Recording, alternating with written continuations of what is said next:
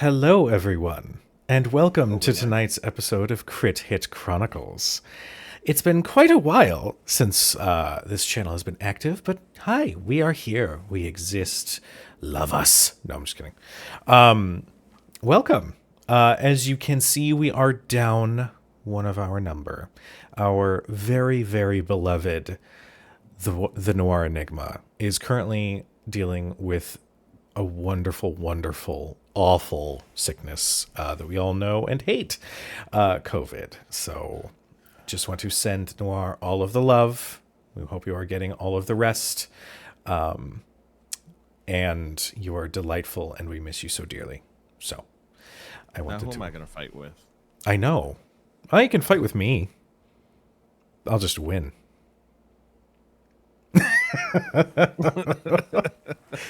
Before we begin tonight, just a couple quick announcements. We are going to, well, as you could hear in the starting soon screen, we have some music from Critical Role in Welcome to Taldore and Welcome to Wildmount. Those albums are available on all major streaming platforms, so we encourage you to go and take a look if you'd like to use them for your games, whether they be home games or streamed games, because they're awesome and we love them. Also, we are playtesting Daggerheart. This is not a full release. We are merely just broadcasting our love of the system and all of the changes that come with it. So if you would like to try Daggerheart yourselves, then go to daggerheart.com. And you can download the playtest packet. It is also available on Demiplane. The full rule set and character creator is available on there as well.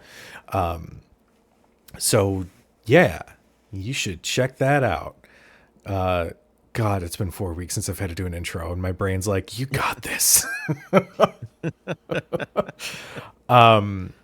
Before we begin, let us introduce our wonderful cast of characters. Let us start with Nox. Hello, hi. Hello, it is I, Nox, and I am so happy to be back. My name is Kato. My pronouns are they, them. Nox's pronouns are also they, them. I am your resident Damon Slyborn with a Snicker Snack knife. And I'm really excited to be back with the family because I missed you all a lot. Yes, we missed you so dearly. All right. My darling Gwyn. Hi, hello. Good evening. You can call me Laura or Tutu or Laura Tutu. My pronouns are she, they, and I am playing Gwyn Titansbane, the orc warrior, whose pronouns are she, her. And, God, I'm so happy to be back. We missed you dearly. However, I think your microphone is not being picked up in the Google Meet, so your closed captioning is not coming through. Technology's awesome. We love it so much. We're having a great time. It's wonderful. It's gonna be fine. We got Testing this. 1 2. Testing 1 2. Yes, there we go. You are coming through. I love technology. There's nothing quite like live theater. Yes, of course. It's great when the lights just turn off in the middle of a play. Not that that happened in my theater history. I don't know what you're talking about. Yeah, it definitely didn't. Up next, we have our beloved Ohm. Oh my god, it's me. Hi.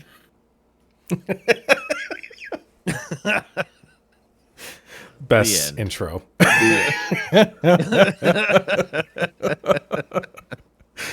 And I have assassinated the Tato. My name is Bleak Season, and you can find me hanging out over on Fucking Myth, or the Bleak Season, on the socials. And I'm playing Ohm Cotterpin, the Clank Seraph, with beautiful golden wings on his visage. Yes. And a heart of gold, and a dire need for lubrication. We got you. Moving right along, we have our beloved Quill. My name is Northwolf911. I am playing your druid. I had to think about which character I was tonight. It's been a long time since we've touched these characters. I was like, what was my class again? I am playing your druid and Quill Grove. So, what do we know about Quill? Not much, but we will find out. Oh, mysterious. And I am Cujo. I am your chronicler for this campaign. I will be playing everyone else in the story because that's how these games work. So, yeah. Before we jump into the story, given that it's been a little bit, we're going to do a nice, healthy recap so we can catch up on everything that's happened thus far in this story.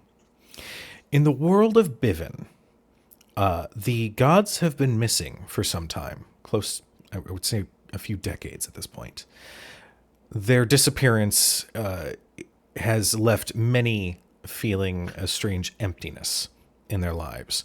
Magic is still able to be cast, but their communication to their chosen deities has been minimal. At the same time, the Elven Empire, the Terrafan in the east, has started to expand. Their thirst and hunger for arcane artifacts and anybody with the gift of magic, their hunger has continued to grow as they start to swallow up anything that they can find, that they can research, break down, and turn into something profitable. In the lesser-known parts of the world, we have a small group of adventurers. Why don't we go ahead and reintroduce our characters? Nox, we have the Daemon Rogue. We have Gwynfyr Titan's Bane, the Orc Warrior. We have Quill Grove, the Fawn Satyr? I forget. Fawn. Thank you. Fawn Druid. And we have Ohm Cotterpin, our Clank Seraph. We also have Mar, our Dwarven Defender, I believe? Troublemaker? Troublemaker, ass kicker, general, violent man. Slither. Yeah, I feel like he's kind of the moral center of this group, which is a little concerning. In their adventures, they, along with everybody else in the land, felt this strange arcane pulse centered around a small village of Cordelia, nestled deep in the forest at the base of a mountain range. They, along with anybody else who had felt it, decided to make a pilgrimage to see what this arcane sensation was. Upon arrival, they met some friends, a bartender, the barmaid, and a cook, all at the Blackwater Tavern in a town just outside of Cordelia. Through some bar fight shenanigans, they managed to sneak... Bar fight. Through some shenanigans, they managed to sneak past the Terrafan elves who had forbidden any access from any other travelers. They made their way into the village to find it almost completely decimated by the Terrafan, who had swooped in rather quickly and dealt with anybody who was protecting the source of this strange arcane pulse. Upon venturing into a cave just behind the village, they met a eccentric individual, a strange arcanist of some kind, who was standing before a large, glowing white crystal. It seemed he was trying to break it apart using some sort of energy he was taking from the very elves that had escorted him there. As the party met this individual, he established some expert control over necromancy, and our beloved heroes had to do battle with these fallen elves, in which Mar rolled an absolutely ridiculous roll and got a crit, I believe, and did an obscene amount of damage and basically one-shot the guy who's definitely not the BBEG of my game. That would be really weird. That would be just the weirdest. Cutting off his head. However, he didn't die. The head continued to speak. As the combat continued to intensify, the crystal in the center of this cavern shattered, and inside, a girl, no older than maybe 10 or 11, emerged from this crystal. Her eyes were closed, but she seemingly teleported everybody inside that cavern who was still drawing breath away to safety. After some difficult conversations on what to do with this talking severed head that offered so many secrets and so much knowledge as to what the cause of that pulse was, they decided to take their chances, and they burned the head.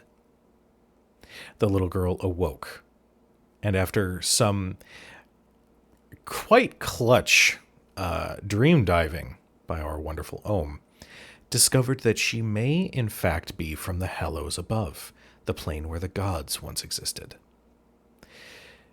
You had an uneasy understanding that this girl was no friend to this Luther as you had come to know him, and instead was his target.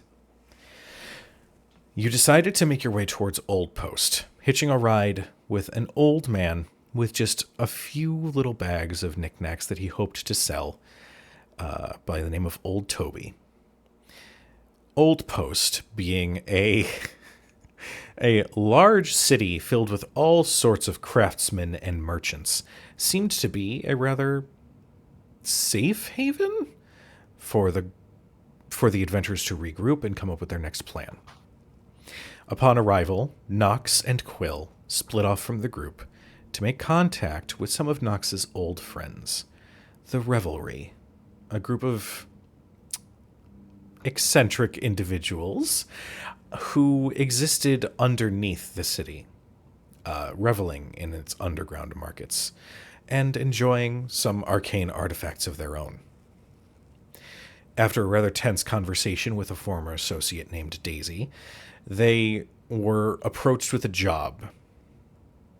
One of their own had been captured and is being kept inside the mayor's household.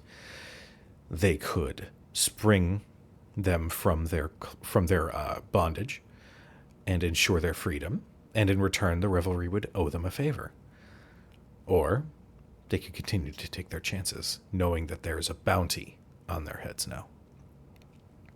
While that happened, our beloved Mar decided to go on a little bit of a shopping trip, looking for a decent smithy within the city. After a rather tense conversation with a gnome blacksmith, he met a key individual, the captain of the guard, with a reputation of being quite the difficult individual to enjoy being around. I believe it's Underborn? A dark elf by the name of Mako. After a very tense conversation, the two managed to go their separate ways, but now Mako was aware of their presence.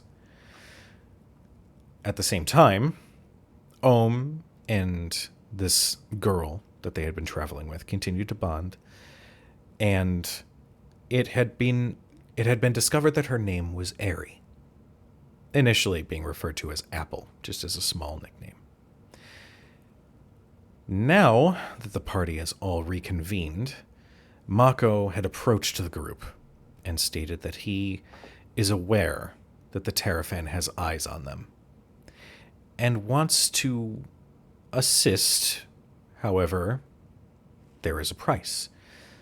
They had set a meeting later on that night on the rooftop of the very bar that the Revelry was set to reside in. Upon discussing their options, they decided to possibly take Mako up on his offer and meet, knowing full well that it could be a trap. As that conversation came to a close, our beloved Nox decided to step out to take care of some business. And that is where we left off. We'll start with Nox. As the sun starts to set, Old Post has this wonderful nightly tradition, and that is that for all of the merchants and craftsmen who come to Old Post to sell their wares, the true allure of Old Post is what happens at night, when all of the chefs and all of the bakers sell their wares, as everybody wants a good meal. The smells of freshly baked bread, freshly cooked meats, and spices fill the air as the city starts to light with this beautiful, almost starlight view from above. Everybody, the business of the day has started to ease as everybody settles into some of their favorite parts of the day, which is sampling cuisine and food from all across the land, all who have come to Old Post to share their trade. What does Nox do? Nox steps out into the alleyway, having had a lot going on, and gives a big stretch. Tucks her back a little bit and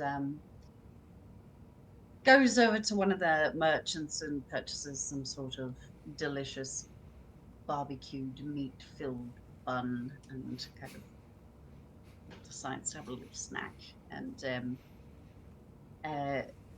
goes along and is kind of chomping down on this and goes, well, bugger it all.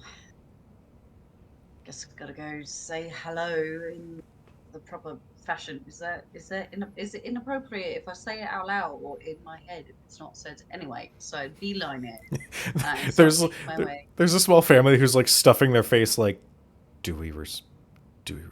I'm not talking to you. Sorry. I'm having a private conversation. Thank you. And I chomp down on my and as I'm and walking, kind of scampering through the city, I'm going to make my way towards Daisy's place, if I may. Sure. You approach a small alley leading to a nondescript building. It's clear that this is a large house that rents out rooms to those who need a place to stay that's outside of the purview of some of the town guard and maybe even some of the Terrafan who visit.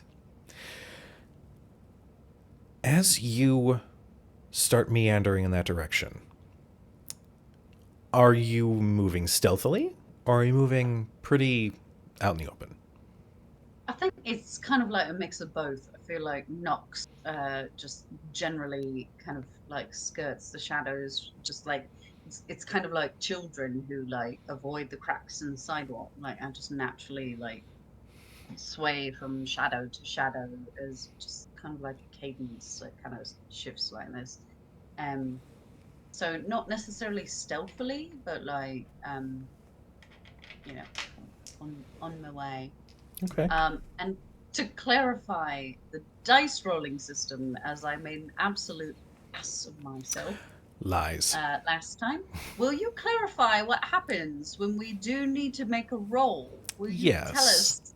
Laura's laughing at me because there's a message exchange from us being where they sent me a message saying, "Thank God you're pretty," and I said, "That's all I've got going for me right now, so I'm pretty screwed." So, rolls in this game are made with 2d12. You designate one die as your hope die and one die as your fear die. When you make a roll, you'll roll both of those dice and add that number together. That is step number 1.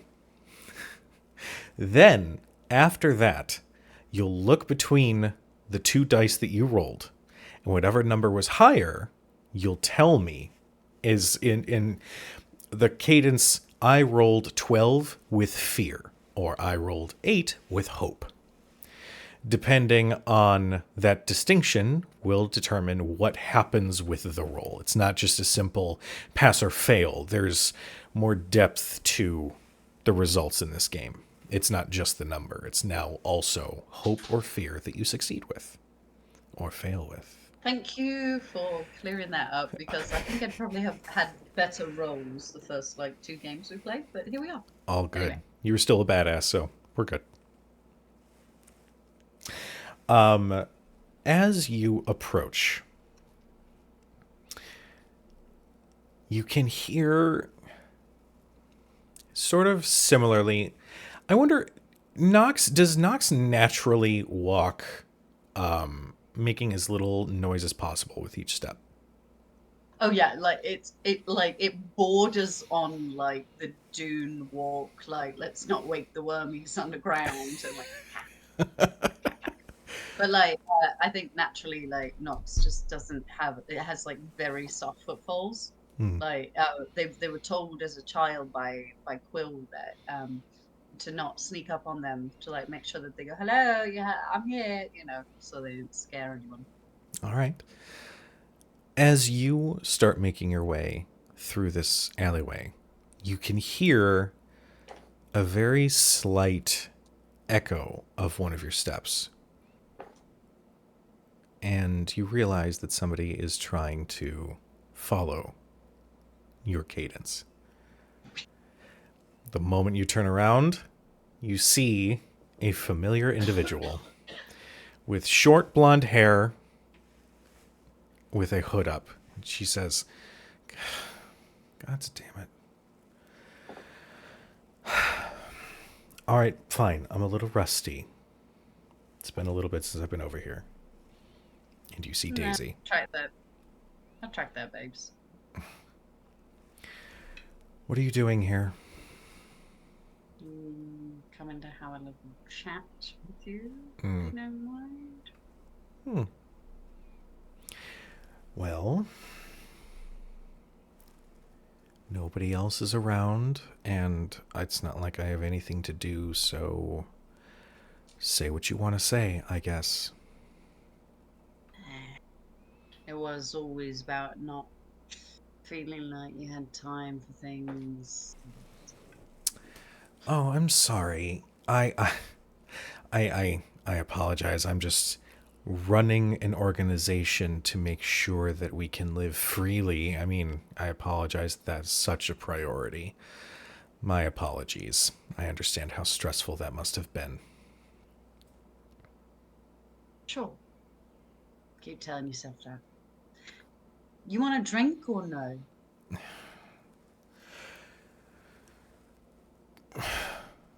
Fine. I know you love subterfuge and talking in alleyways and shit like that, but Mondays it's me. One drink. Fine. Call it around on me then. She starts walking out of the alleyway, assuming that you're going to follow right behind. Yeah, and I specifically goes quietly. Go ahead. Like, rub it in. Yeah, go ahead and make me a stealth roll or a sneak roll. First roll of game. Let's see here. Sorry. Add both dice. Thank you. And that's you hear Quill in the background. And it's like if Nox was right next to Quill, it would be like a bah! Right. So are we going for a finesse or a presence roll? Go ahead, make me a make me a finesse roll. You got it. Add them together. Oh, look at that. 10 12 added together equals 22 plus 2, so that is a 24 on hope. Wow. So Okay. that was critted. Well, no, it's you roll the same. That would be rolling the same, but I got Correct. a 12 and a 10. I got 12 on my hope die. That's a beefy roll. That's a meaty roll. You basically become Batman for just those few minutes. Just like kind of like, but it's very like and like kindly antagonistic, like you know. Sure. She'll glance behind, mainly just to make sure that you're actually still there, and she'll see you doing that teeny little sneak. Occasionally, I'll like throw a pebble and be like, And she smiles a little bit and shakes her head as she leads the way. She finds a small dive bar. It doesn't even have a sign. It's just a small watering hole, really. oh, just like home. She'll order her drink and sit at the bar. Put a coin down for another drink.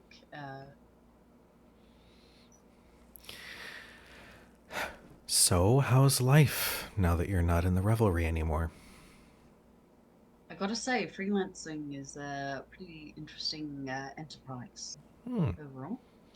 Um,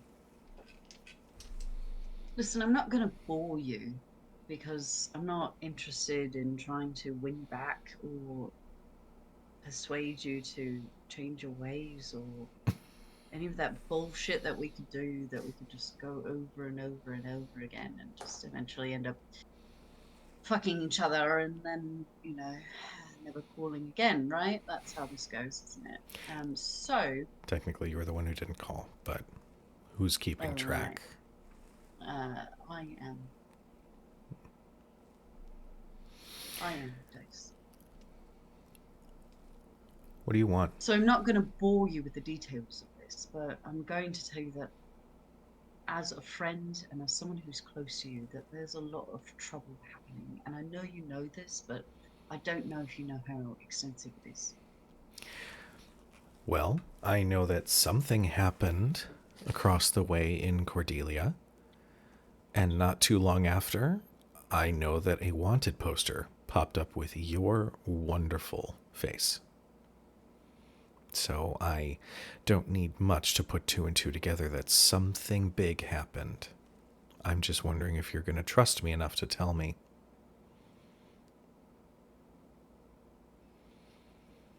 Days, I'm not here to fuck with you. I'm just here to tell you what's up. I promise. And I reach across and I grab her hand and I go, I know. Look, we both made stupid mistakes and hurt each other a lot. But take a second, take your I don't know, whatever blinders you've got on about me off, and let me tell you that there's something larger at work here because it's more for your safety and the safety of the revelry than it is about anything having to do with you and me.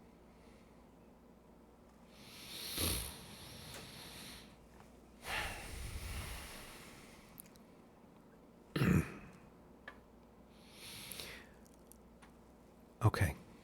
All right. You have my attention. So we were wandering around near Cordelia. I think you know this. Reason my face is on the posters, the reason why I'm sand walking through this whole town. Um, we stumbled upon just this little area outside of it, and they said we couldn't go into Cordelia, and they let us in, and we got there, and there was this fucking crazy, I don't know, mage of some kind. He had a lot of power, and he was examining this crystal, right? And like as Nox is doing this, like they're leaning in and they're looking over their shoulder, making sure no one is listening. And it had this crystal, right? Like massive, massive crystal, like keep a person in it, right? And they're examining it, and then like battle ensued. I know it sounds nuts, but this this one mage just wiped out an entire village, a whole village, just fucking massacred. And then we lopped his head off, and then he was trying to lie to us, this whole thing, and the crystal cracked open, and there was a small girl inside, and now we have this teenager, preteen, really, that we're meant to care for. And I think that she might be a god. She, like, downs her drink, slides it across the bar, and taps to signal the need for another one. Right, yeah. Can we get another round, please? Yeah, can we get, like, two? We're going to have one in the bank, please. Nox has had a sip of their drink. Okay. This mage,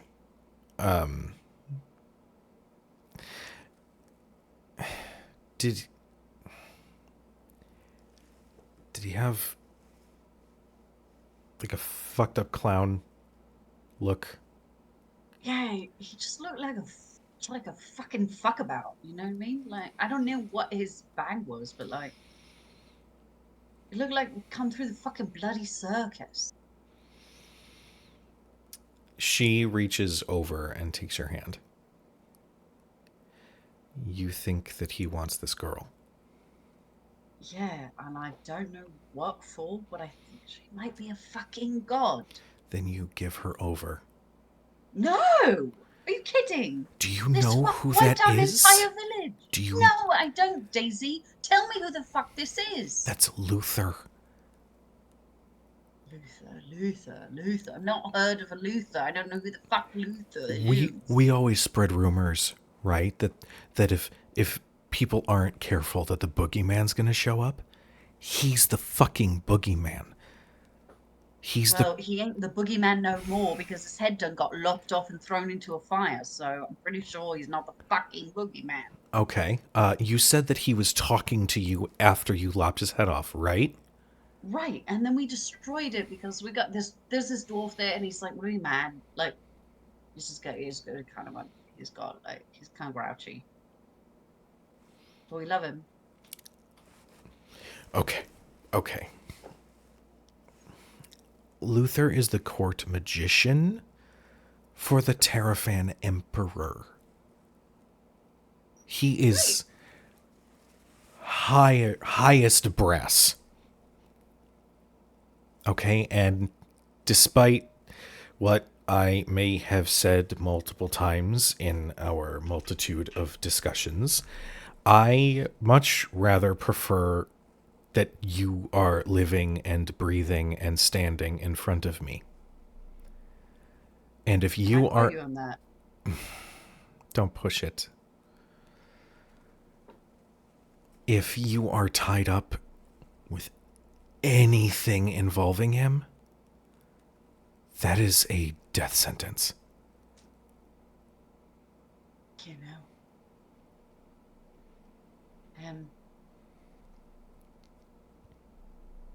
Okay. Wow. Yeah. Can we actually get 2 more, please? Thank you.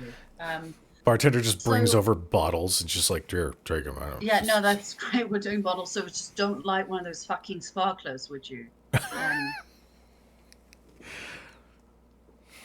Days. So, if he's bad news, what do we do now? We've got this fucking preteen with us. Preteen God? I don't know where she's from upstairs, you know? She's not from here. You find a spot and you leave her with a nice family and you move on. She's not a fucking stray dog, Daisy. Are you fucking kidding me? She's a person. She may be young and dumb and just halfway. Her brain is in the sky. I don't know, but she's a person. And a god. You said that she might be a god. Yes, so we leave her with a nice family. Are you fucking kidding? Oh, and you're equipped to handle the raising of a god. Better me than, I don't know. You always yelled about kids before, so like, why don't I try? We are not bringing up kids right now, are you? Yeah, well, listen.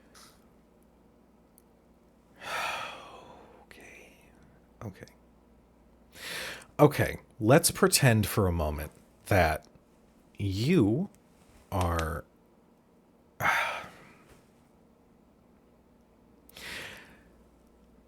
Okay, let's pretend for a moment that you are caring for this god. That means that you have the biggest target on your back.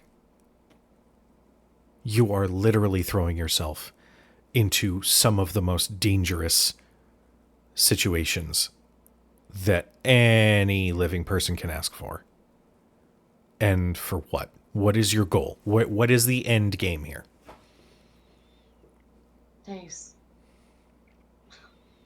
I know it's so stupid, but for once I've got no end goal. She's just a kid. She needs people to care for her. And we can't just leave her out to fucking twist in the wind.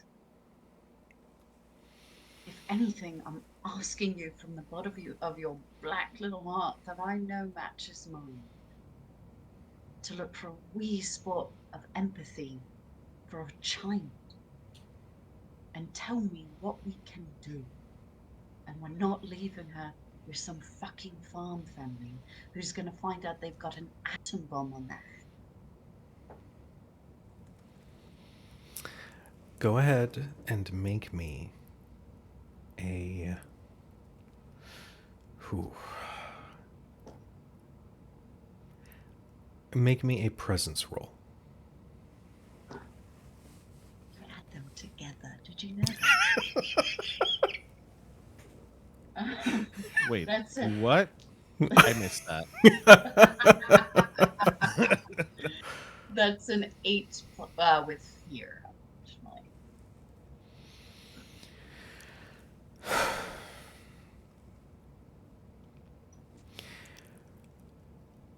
I know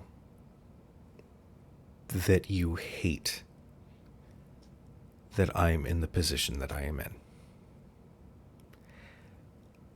I know that it drives you nuts because my priorities are not just about myself, it's about the revelry and it's about our family. Whether you want to call them that or not, listen, you left and we made do.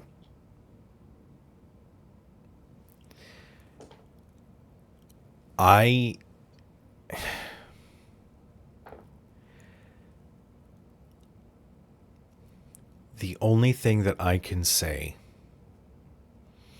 is that if you mean to take care of this girl, if you truly believe that this God is somebody that you can help, then the only thing I can recommend is to run as far away from Terrafan as you can get. Go into Dorian, take a ship to the Survivors Isles, do something. Get her as far away from here as you can, and don't look back. Even if you want to.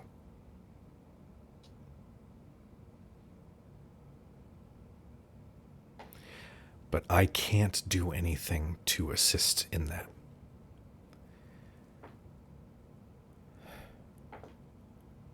Yeah, that sounds about right. Don't do that.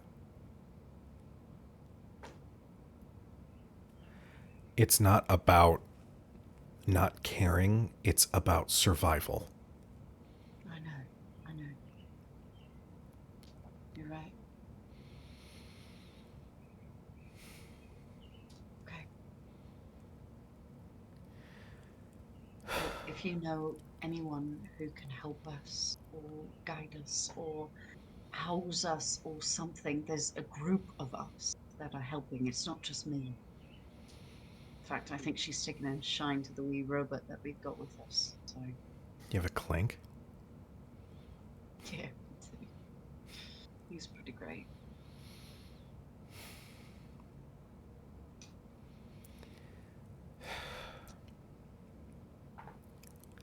I'll see if I can find someone.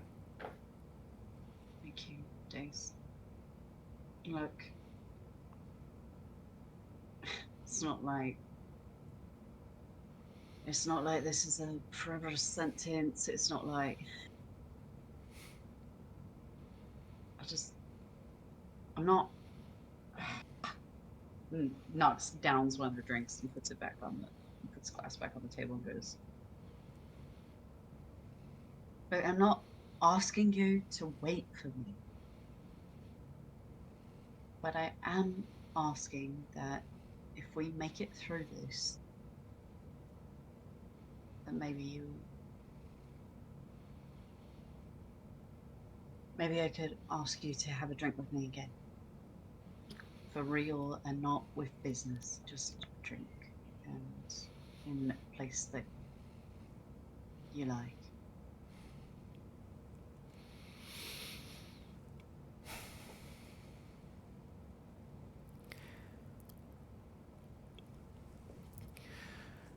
Fucking hate you.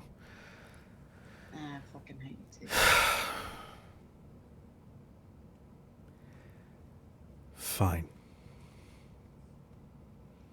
If by some miracle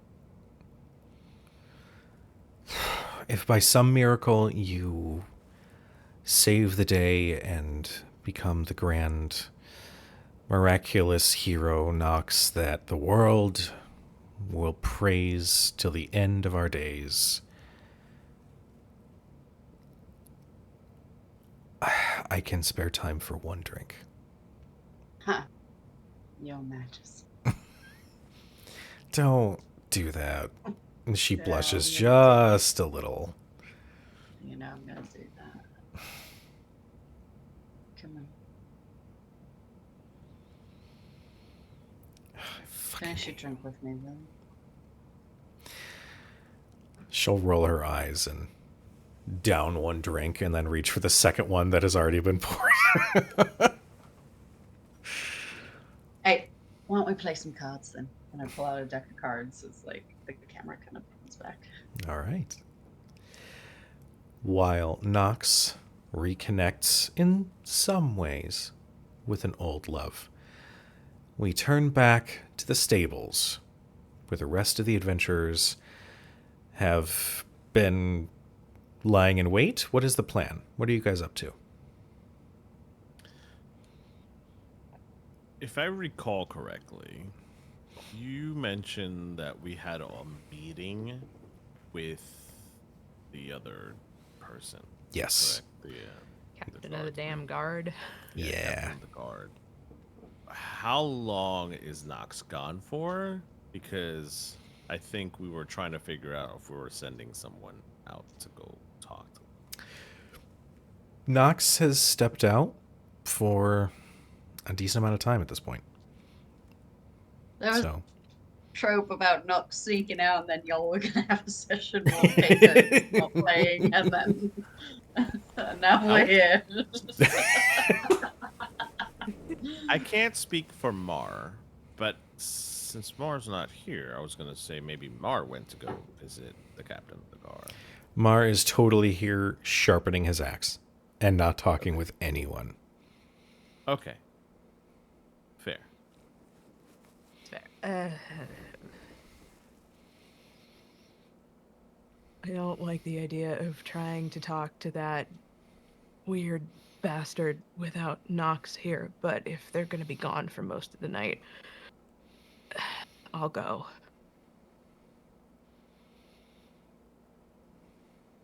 I don't Very like least. the idea of you going by yourself. I know, but I feel like out of everyone here outside of Mar, I'm probably the hardest to kill. This be true. But that should not mean that we should put that theory to the test. I've dealt with worse. Still, I think it would be wise to bring someone with you. Usually when people show up at a party, it's always nice when they bring the fun with them.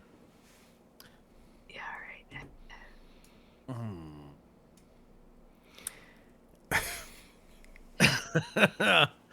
What do you say, Quill? I was actually going to suggest stack the rust bucket over here. I can stay with her friend. Yeah, Besides, should... I clank a lot when I walk. It's not very good for stealth. And if, I could go. Don't We got- worry. I am Mar is simply here to well get versed in the stuff. art of knowing my limitations. Listen, if anybody's going to be able to protect the kid, it'll be our clank Mar, friend. but he's not and, here, so I'll do. Mar.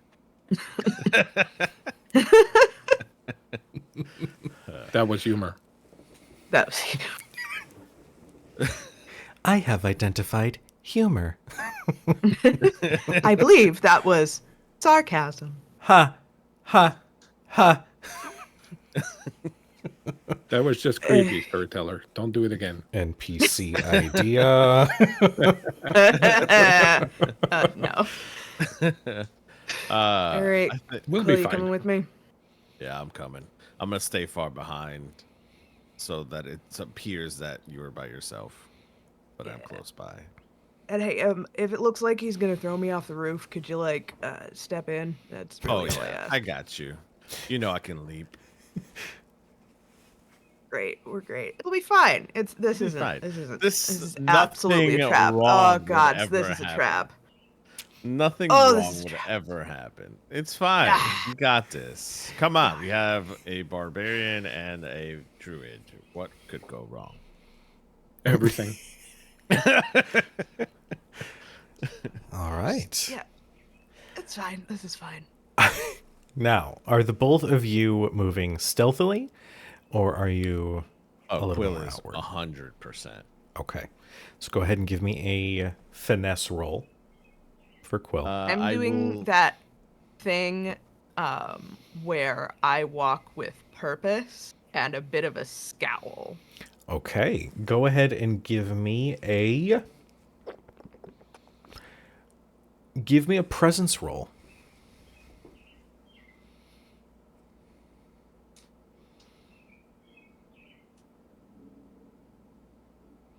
Just a reminder, DM, I do have Lightfoot, which is I get advantage on all rolls to move without being heard. Okay.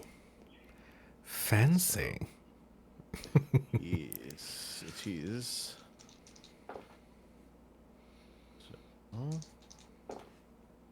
First roll was a 9, second roll was a 17. I'll take the 17 Okay. Is that with hope or fear? with hope. Okay. And Gwyn. 22 with fear. Oh. Just go ahead and take that fear. Thank you. Up to Sure, it's 2? fine. 2 fear? It's fine. Everything's fine. Everything's fine. Is it 2 fear? 3 You're fear? walking very It's stoically. think Winter Soldier. Oh, yes. Oh, It's the Winter Soldier walk. Yes. I love it. Can Awesome. we get her a shield, please? you both make your way through the streets. The sun has set at this point. The lights of the nearby small storefronts and stalls all selling their wares just sort of create this very nice, cozy, warm atmosphere in this busy city. As you move towards the bar that the revelry exists underneath, those lights tend to be a little bit fewer, a little bit more far between. A lot of the action is in the square. You're approaching the outskirts at this point. You do see the bar. You see the multi-storied bar. And you glance up, and leaning against the chimney is a familiar-looking individual with dark leather armor and long black hair tied in a ponytail, but the tail itself extends down to about the middle of his back. His crimson eyes sort of glinting in the night as he looks down at the two of you. Or the one of you. I apologize. A 1. I was like, well, here's my question. I apologize. I should have asked this before. I was going to ask, are there rooftops that connect? Because I don't think Quill would be in the bottom. He would probably be up top. Yes. Watching from the bottom. This city has buildings that are built close enough that they're like, I hate to use this example. It's definitely not the plan. Like a rooftop chase could totally be a thing in this city, just with how packed these buildings are next to each other. Can't tell Again, me there's going to be a rooftop chase. Well, Laura, it's fine. I wanted. What is your background again, North? Mine is, I'm Wildborn. And Wildborn. That's right. Yes. I just was curious. Yes. I had to remember. I'm also a fawn, so I could jump far. Even if they weren't close to each other, I could jump from building to building without any issues. I could jump so far. Just something. What I envisioned was like Ninja Turtles, like how they like jumped from rooftop to rooftop. That was like what I was envisioning. Absolutely. Quill would do. There are also several, small ladders and the equivalent of like fire escapes to climb up to the roof, should you so choose. Oh yeah, That's what I'm definitely gonna on the roof. Okay. And Quill, you're just Fucking weirdo. Quill, you're just on a neighboring roof, right? Yeah. I would stop in the neighboring roof, just to make sure that she's well uncovered. I would like to do before we approach him. I would like to do a perception check of the area. Okay. Go ahead and make me an instinct check. Okay, that is. I don't have my glasses. That's a +3. Lindsay with mean age 2 tent needle teetles.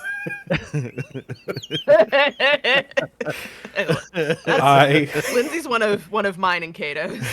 Lindsay, 18 you are a 18 plus goddamn 3 is delight. 21 with fear. 21 with fear. I'll just go ahead. Oh shit, that's a lot of fear. Ah. It's fine. Actually, I'm gonna say it. This is probably a trap. I won't take the fear. I'll just add a little bit more tension. That's worse. That's worse. That's worse. Quill, as you survey the area, you don't see any of the town guard. You don't see any of those under Mako's employ. I will say, you do spot an occasional Terrafan patrol moving through the streets. But they're not fixated on your position. It looks like a relaxed patrol. Like this is just any other night. A This normal is just night their route. patrol. Yeah. Night patrol, basically. Yes. But they are somewhat present. I will make a note of that, but I won't say anything. Okay. Gwyn. Oh, it broke. What? No. No. It's fine. Oh, now we just have North. That little nose. North with a painted nose. Please. All good, buddy. If it's broken, you don't have to make it worse. We will work on repairing it. I'm a pretty princess, damn it. Fashion is pain.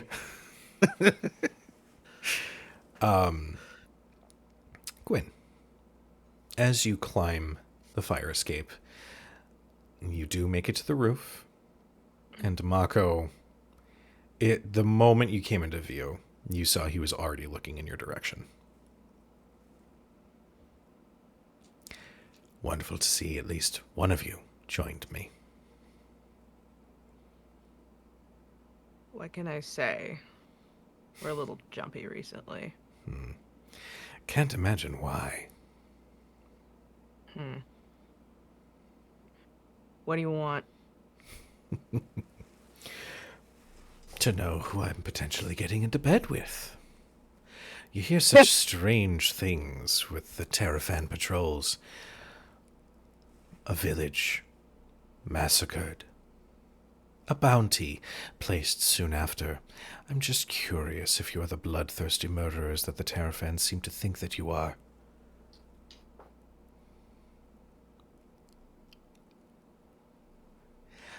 I'm sensing I struck a nerve.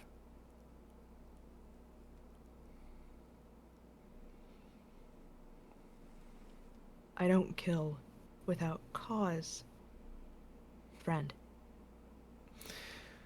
Right. Well,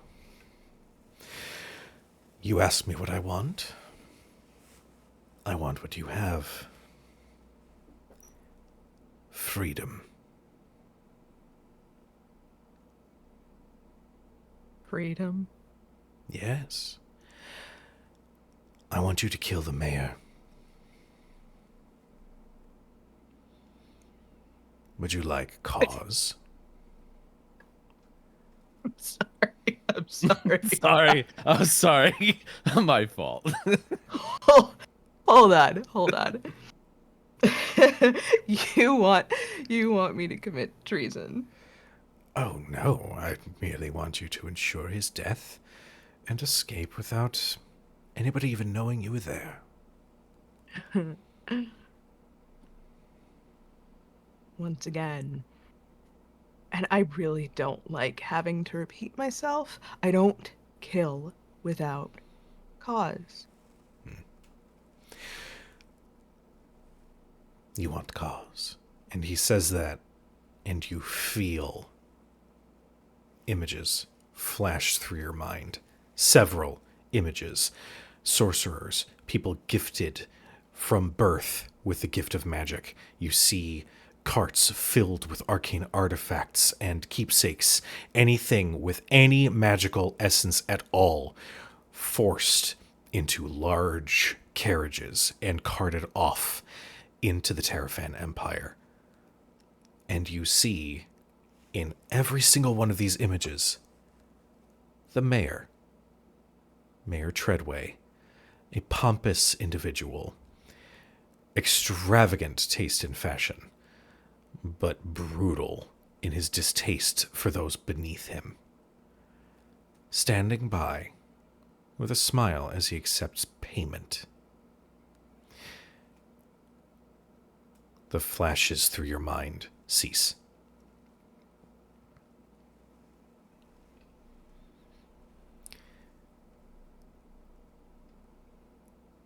There's your cause.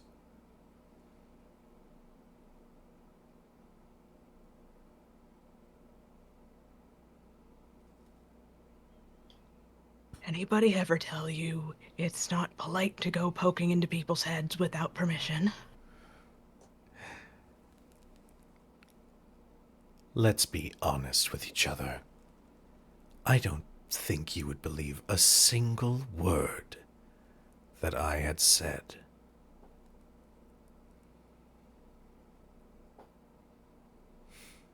Fair. You just have one of those faces. I get that. But as long as the mayor lives, I am bound to his service. You see, Mayor Treadway has a wonderful little agreement with the Terrafan. He is allowed to practice whatever magic he wants, just as long as he continues to supply more cattle, more ammunition to their cause. And as such, I am quite literally bound. I cannot leave the city. I cannot go where I please. I also have engagements of my own, and I cannot pursue them, because the only way for me to survive in this land at the present time is through the chain he has around my neck. If you end him, I go free.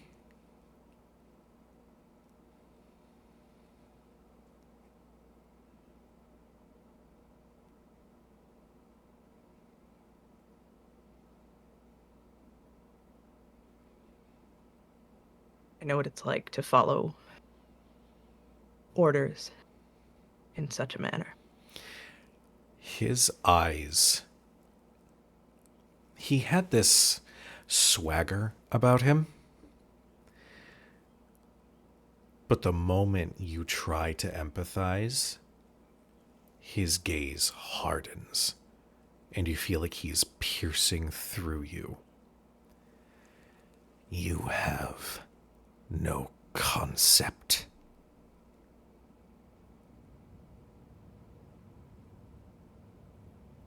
Don't I?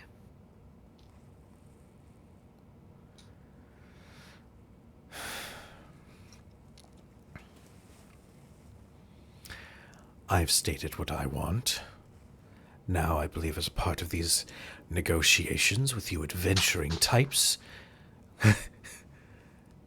you tell me what you want, as apparently plastic rain starts to fall from the skies. Throwing your dice everywhere. Large dice just crash into buildings. People start dying. Rocks fall, everyone dies. Yes.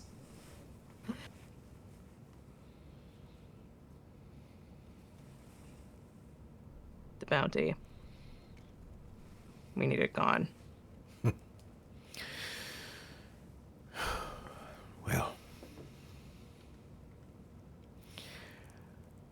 That is quite a tall ask. The bounty was placed by the Terrafan themselves. You're asking us to murder someone under the Terrafin's protection. I feel like it lines up.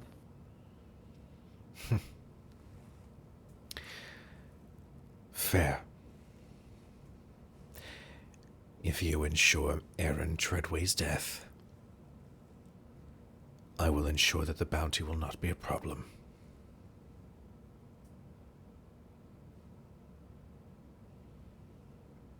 I cannot make decisions for the rest of the team. But with the information that you have given me, I will see what I can do.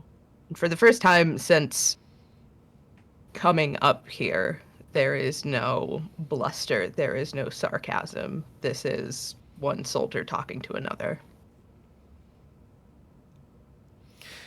He gives a nod. And just before he turns to leave, he looks back and says, "They never go away. The memories. The knowledge of the deeds that you were forced to commit at somebody else's behest.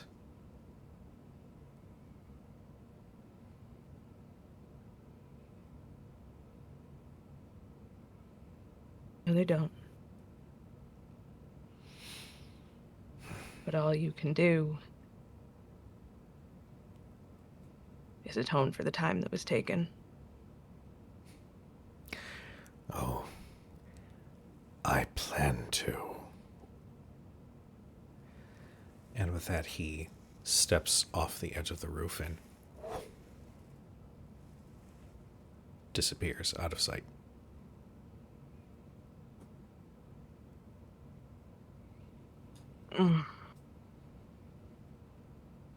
Oh, this shit just keeps getting better and better. I'm gonna go over to the edge of the roof. Because I assume I know how Quill works at this point. Quill's not the one to go face to face on something like this. He's around here somewhere. So there will be a whistle that sounds a bit like a night lark.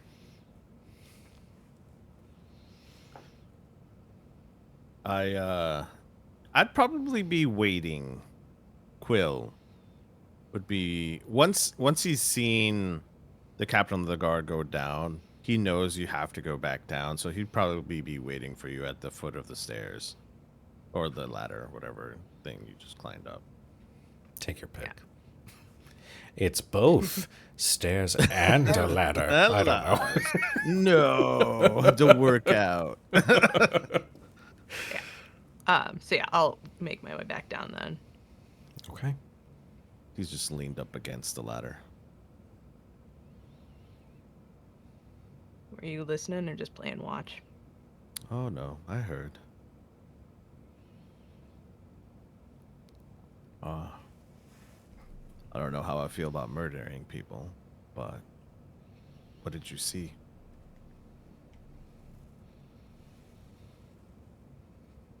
He's a trafficker. Takes people with magic, people with power, and sends them to the Empire. And with that, he is able to practice whatever arcane nonsense he likes. Do we have a weakness? A way to exploit him?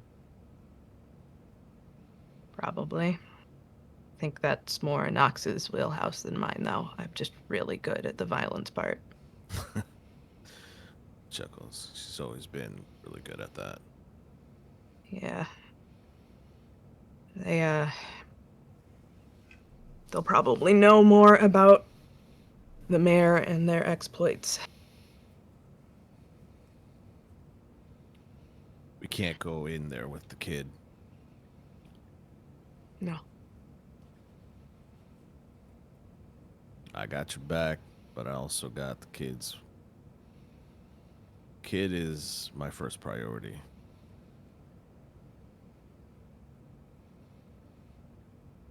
Quill, I think she's stronger than we're giving her credit for. I agree. I know she's still a child, but I'll look around and make sure nobody's eyeballing us first and foremost. Jesus. Yeah. No. Give me that fear roll. No, I got 4. You're fine. Nobody is like sneaking past you guys. You're fine. But we would have been dead without her. I agree. Literally dead and likely on that creepy bastard's puppet strings. I don't disagree with you, and I don't think that she's weak. I agree with you. She's stronger than she looks. But she's also a nuke. Or whatever this world is equivalent is to a nuke.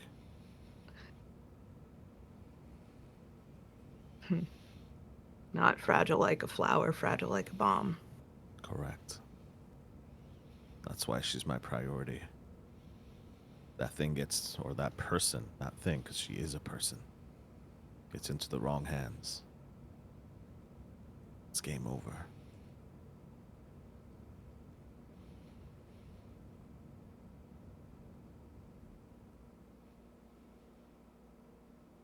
We should head back. I think so as well. I think this is something we need to talk about as a group. Yeah. I know better than to make decisions for the rest of you. I'm no smarter than the average bear. I turn into a bear as I say that and walk. You pass by some I people lumber on the up street. beside the bear and give him like a big old like thump. Like, you know how you're supposed to pet big dogs? You give them that like good thump on the shoulder. Yeah. I do one of those. You guys are walking down the street and there's like a family walking the opposite way and they're like, "Yeah, no, that food was really." Is that a fucking bear? Evening. Like, Yeah. no. No, like, we both acknowledge, right? We both acknowledge. Me in bear Sup? form, it's just What's up? just keep walking. Both of them have like the equivalent of like Slurpees in their hand and they're like, and then just keep like walk a little faster. Also, thank you, Windows, for the notification. I'm so glad that came through. Yes, I get Windows notifications. Anyway, you both start to make your way back. Inconspicuously because I'm a bear. Yes, absolutely. Totally stealthy. Nobody knows the bear is walking the streets. Listen, it's the bear and the scary dog privilege. They turned the other way. Yeah. Just, nope. Mm-mm. Mm-hmm. Back at the stables. You sit with Aerie, who like is sitting with her back up against you. And she's sort of idly trying to mimic some of the things that Quill had been teaching her magic-wise. She's trying to focus and create a small flame in her palm. I can't make it bigger.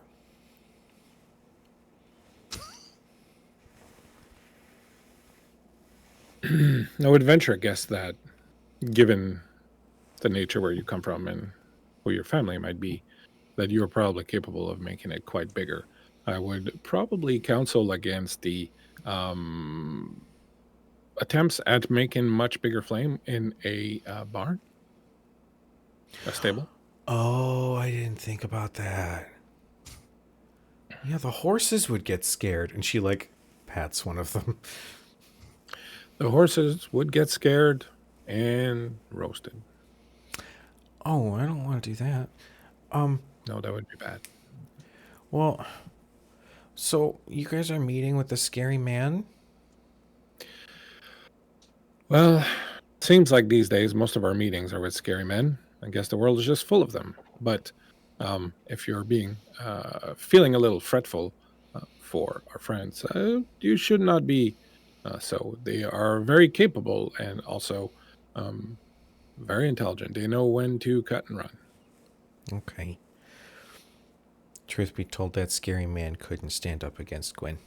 So, Not many men, not many people, not many things in this world can stand up against Gwyn.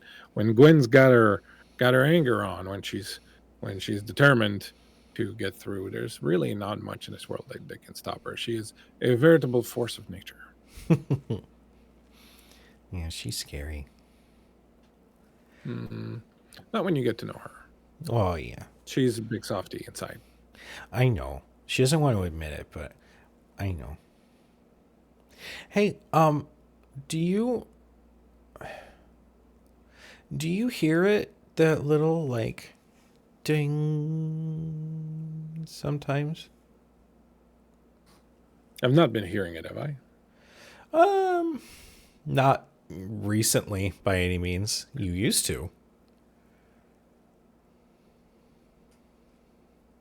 Not recently. It's been quite silent. She like covers her mouth and tries to slyly go ding. Tries to like throw her voice. That is very, very, very kind of you. However, it's not so much a sound that you hear as much as you feel it. It's not so much a sound as an emanation. It's very difficult to explain. Have you heard it before? I think so. Alexander sometimes made that sound. Did he ever speak about what he believed it was? Well, kind of. You know, Alexander was funny because he didn't talk like you do. His voice was bells, and you know, it took a little bit, but you kind of eventually learned what he was trying to say. But he did say that it was something really beautiful. It is. And I think there's perhaps not that much of a difference between Alexander's voice and mine. At the end of the day, my voice might as well be Bell. It is simply sounds that are produced and sent forth into the air and that you know how to decode. It's the same as when you know someone really well and you know what mood they're in. You just have the ability to decode the sound. It could be the sound of a bell, it could be the sound of a voice talking, it could be the sound of a horse's hooves on hard cobblestone, it could be almost any sound. If you have the ability to decode it and to know what it means beyond the sound itself, then you can, well, understand what is being said to you. And this sound that we hear sometimes is not much different than the light of the sun or the wind or the embrace of someone that you love very much. It is simply a signifier. It is a method of transmitting a thought, an idea. It is the idea that counts. We no longer hear the sound as much as we used to. But that doesn't mean that it is not being made. It doesn't mean that the signifier is not out there. It simply means that it is not being communicated. And so even if you don't hear it, even if you don't see it, like Gwyn's soft side, even if you don't see it, when you know it's there, you know it's there. She is fully like this. She's completely enamored. He's like, have you other questions? Your teacher's showing. Do you miss Alexander? Yeah. Well, here's the thing. Just because you don't see him doesn't mean he's not there. Just because you don't hear his voice doesn't mean he's not there. Just because his physical body may no longer be doesn't mean he's not there. You remember the sound of his voice. You remember his presence. You remember the way he thought or laughed. the way he played with you. And as long as those things stay with you, Alexander is always with you. He doesn't need to be present for you to know that the significance is still there. She feels warm and fuzzy and kind of like snuggles up next to you a little bit to get comfortable. I'm very angular. I've told you before. That's okay. Alexander was angular too. Yes, well, perhaps someday they will invent a better way of making clanks. One that makes us soft and round and cuddly. Sort of like Mar. No, Mar is not cuddly. That was a very bad example. You just hear from like like a little bit away in the stable. But Aerie says, "No. You said better. Like what you are now isn't good. And that's not true. I like the angles and the funny lights and the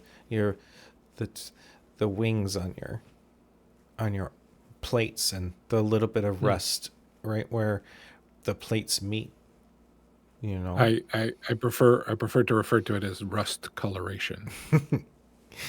rust coloration, and she corrects herself. But yes, go ahead. I am sorry. no, it's okay. You don't have to be better. You're the best. We can always already. be better. See, clanks were purpose made. We were originally built for a specific purpose. And we were built to accomplish that purpose. And there was not much care or thought given to things that were outside the scope of that purpose. Now that we have heard the sound and now that we are awakening, now that we serve more than a single purpose, perhaps it is time for us to also take into consideration that we can be different and better and grow and change and be something more than the simple thing that we were created to do. That's true. But don't be mad at your angles because I like them. They're actually really comfy.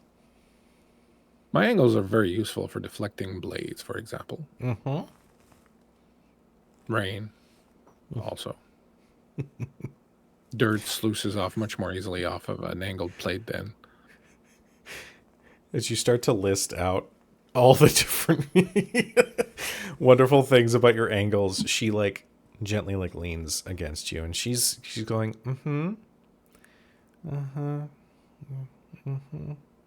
She slowly drifts off to sleep while like cuddling up against you.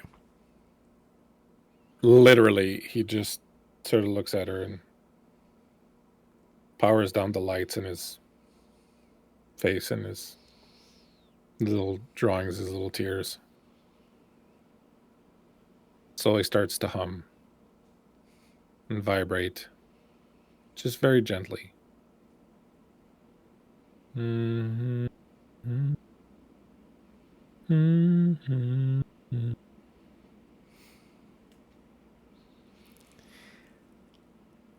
I will just say that Mar glances over, shakes his head, and just goes back to sharpening his axe. We'll say at this point, everybody reconvenes. We'll say in the stables, just because that's where Aerie and Olm are. Could I be outside waiting for Nox? Absolutely. Okay.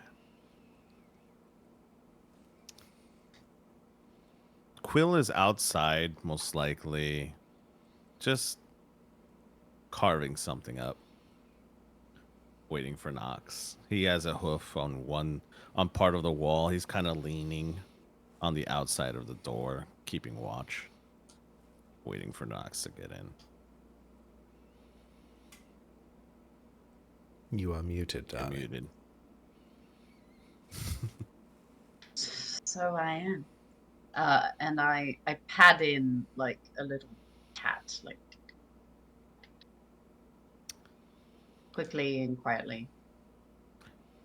Maybe a little stumbly, maybe like a slight bit stumbly from having. Did you have fun out there? Sure. Yeah, it was fine. Sure, sure. Yeah, yeah. Yeah. Getting any good Yeah. info? Just that we need to get the fuck out of town and as far away as we can. Oh, yeah. That's gonna be interesting. Yeah. Yeah, I'm not sure how we're going to do that or where we're going to go, but if we want to keep this kid alive and then ourselves alive and, escape maybe this bounty that's on our noggins, then maybe we should go. Oh, we have news for you as well. But Hmm? how So was the what? old girlfriend? No, we're not talking about that. Oh Nope. no! And he's just gonna kick the door Nope. open while we walk inside.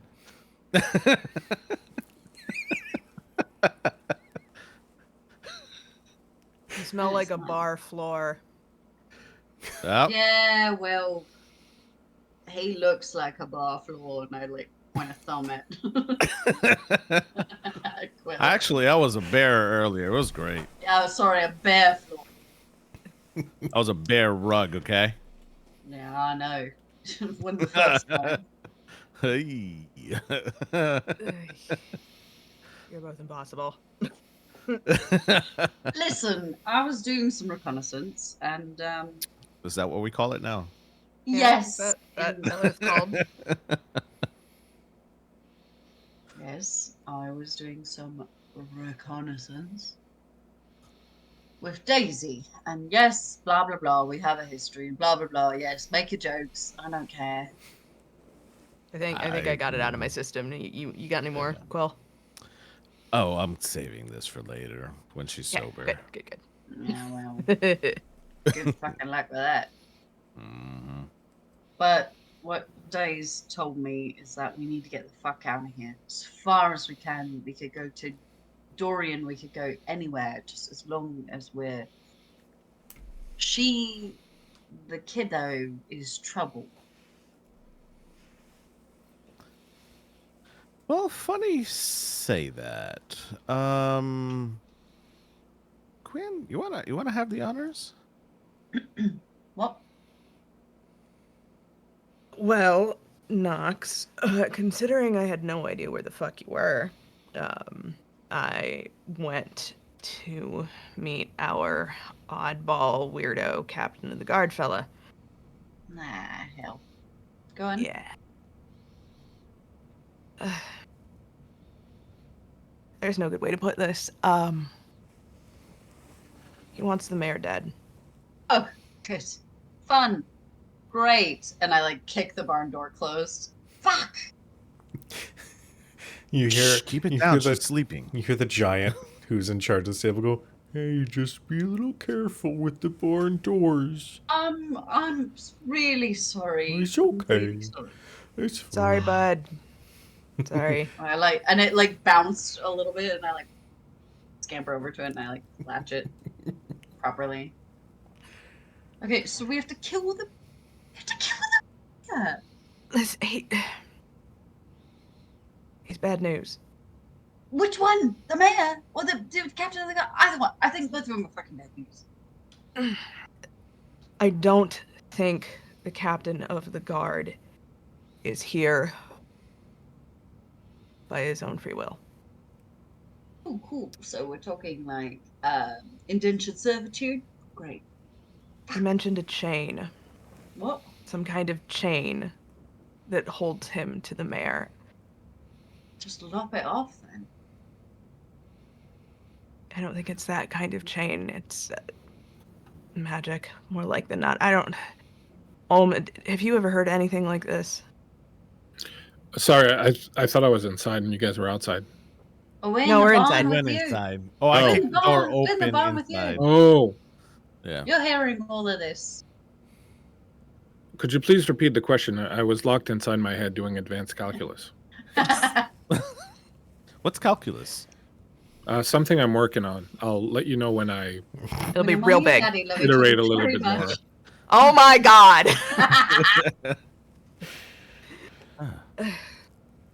What was your question?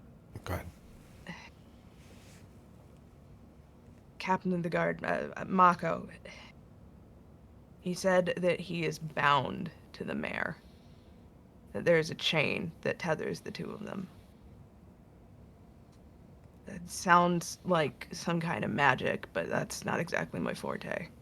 Are we sure it's not a literal chain and they are not just a little kinky?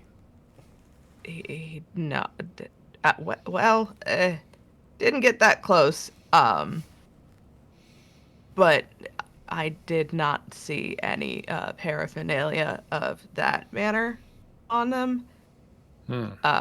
Although storyteller was there any sort of, like, now that I'm thinking about it, like any sort of brand, any marking like you'd see on like a warlock type of shit? Make me a knowledge roll. This is to Oh, recall. god damn it, I'm so dumb.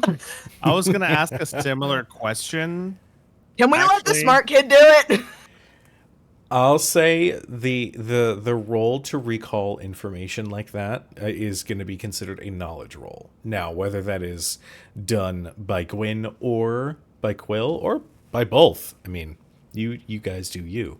We were both there. Okay. Yeah, I was gonna ask if I could recall or at least analyze it, being that I studied magic and I would know something from reading of some sort. Okay. In the books, so text sort of codex or whatever you want to call it. Sure. Yeah. Go ahead and make me a knowledge roll. So As they're talking about this and kind of like, you know, vocalizing what they're thinking about, I might recognize some stuff. So I would like to give either one of them one of my prayer dice, which is I will give them one of my threes. I rolled 2 3s and a 2 earlier for my prayer dice. I will give Gwyn an extra 3. Or who's making the roll? I think we both did. All right, Yeah. I'll give Quinn an extra 3. All right. You said Quinn, which is a I combination know. I was Quill like, and which- Gwyn. So which one did you mean? I said Gwyn. You said Okay. Gwyn. Sorry, I heard Quinn. I heard I Quinn. heard I Quinn. I'm not. Yeah, I heard. I Quinn. definitely heard the ship name Quinn.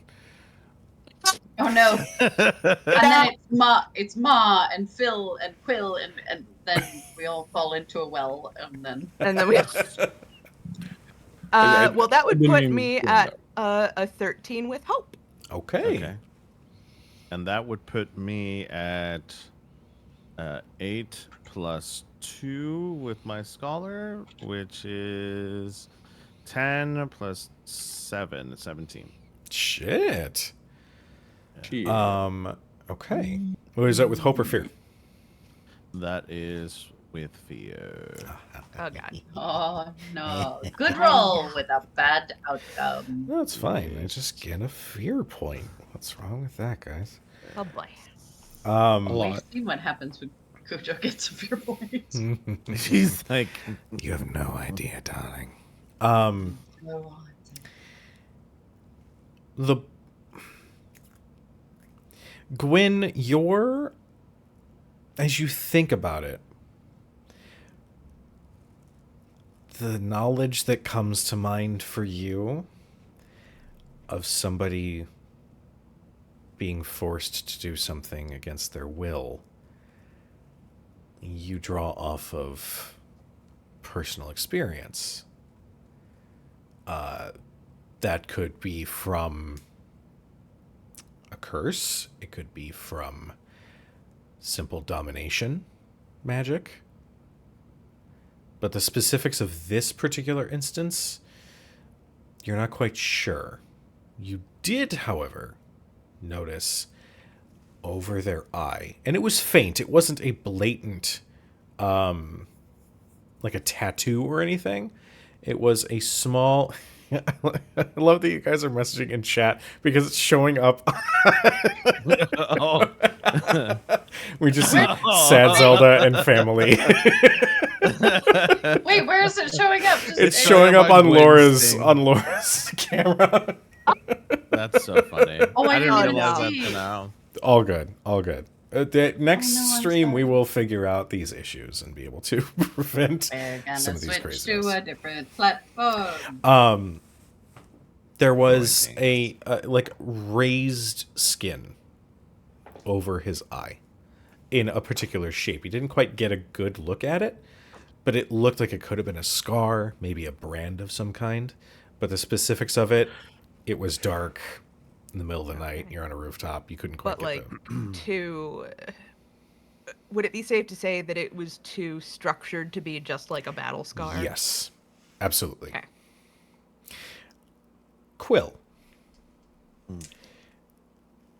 you have heard of some devious little magics that sometimes occur in those wonderful little spots in the forest where maybe you grew up.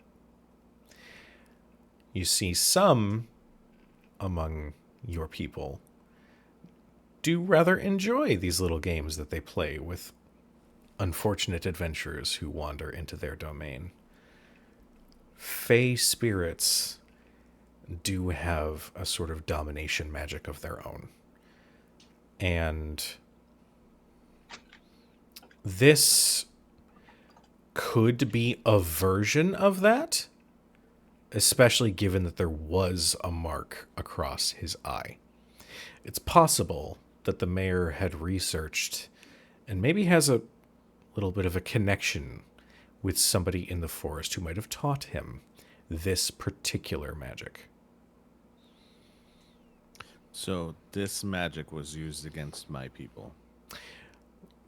This magic was used by your people. By Oh my shit.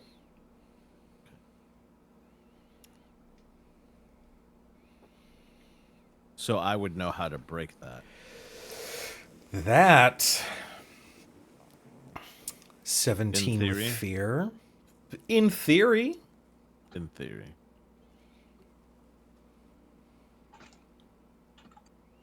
I think this information will be kept from the group. Okay. Quill will know. Okay. He had a mark around his eye. It was too patterned to be just a scar. It was dark and I couldn't really see it, but something. A brand, a tether. There is magic out there that does tether others. Yeah, I know. Without seeing that, we wouldn't be able to know for sure, but this puts us in a dilemma. How so? Yeah. We have a child that we need to take care of first and foremost. And then we also have two warnings. One, to stay and fight to take off this bounty. If not, we will be hunted for God knows how long. Then we also have the choice to run. I'll pack our bags. I think that's a wise idea.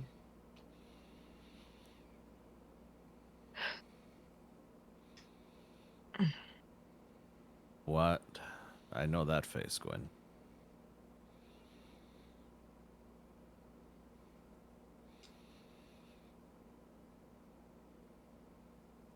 He's forcing people.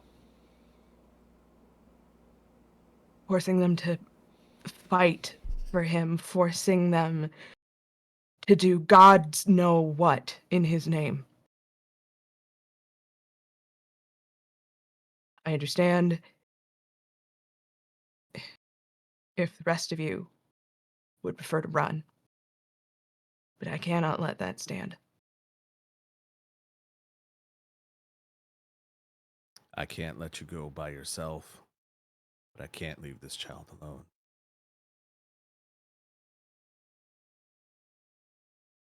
Kill the fucking mayor and then get the fuck out of here. Is that what the plan is? Damn it.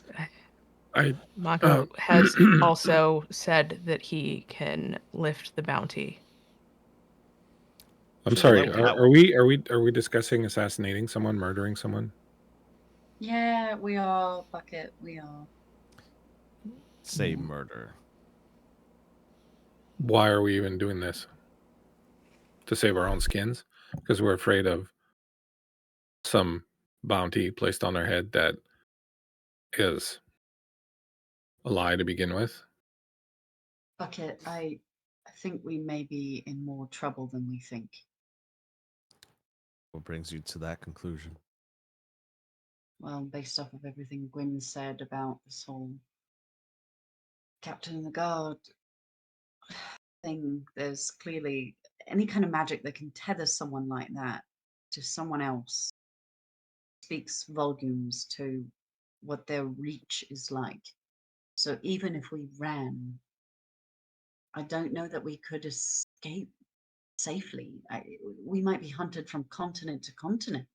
That's fine. I'm not saying that we need to run away, but we can certainly find something more constructive and less inhumane to do than to simply murder someone to save our own skins. I understand that, but what do you propose? Well, someone had to put this bounty on us. Chances are it was this makeup fellow.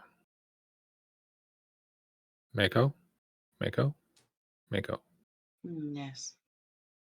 Right? To get us to do his bidding. Well, these are trumped up charges. These are made up. Now, where I come from, there are laws and there are structures. And those laws and structures protect us from the abuse of power of people like Mako. Now, I get that this is a bit more of a wild frontier, and like things like laws and structures don't really hold much water here. But there has to be some system in place. There has to be some magistrate, someone we can talk to, a higher power that we can address. Oh, a The mayor. mayor. Oh, The mayor is taking people. He is taking people from their homes, from their families. He is sending them to the Empire to funnel in whatever they're doing with anyone who has any control of magic. It doesn't mean we need to murder him. We can stop him by Then we other means. break the fucking binding. I don't think that doing Mako's bidding is good for anybody. If you are having a problem, which I understand with what the mayor is doing, then we can try and stop what the mayor is doing. But I don't think that this Mako fellow is someone that we want to be involved with and that we want to help in any way, shape, or form. Anyone who would try to get a bunch of perfect strangers trumped up on charges so that they could get them to go murder someone for them is not necessarily the good person in the equation. It And so I'm wasn't saying, him. and who was it? Those charges didn't appear when we did. The guards, the Empire that's been marching around, they are the ones that brought the bounty. Terrafin. The Empire is the It's so much- is the one that has the bounty on It's- us. And killing the mayor is not gonna get that lifted. Yeah, but it might be doing the right thing, and I think that you have an understanding of doing the right thing. Well, yes, I am not a rusted nail. I Okay. do have the ability to think and to process things with a certain amount of logic. I think you're missing my point. The point I've been trying to make since the beginning is that I am certain that if intelligent as we are, we put our heads together, we can come up with something better to do than to murder someone to achieve our goal. You're gonna see Quill play with something in his pocket, It's an insignia he keeps close. He'll propose this instead.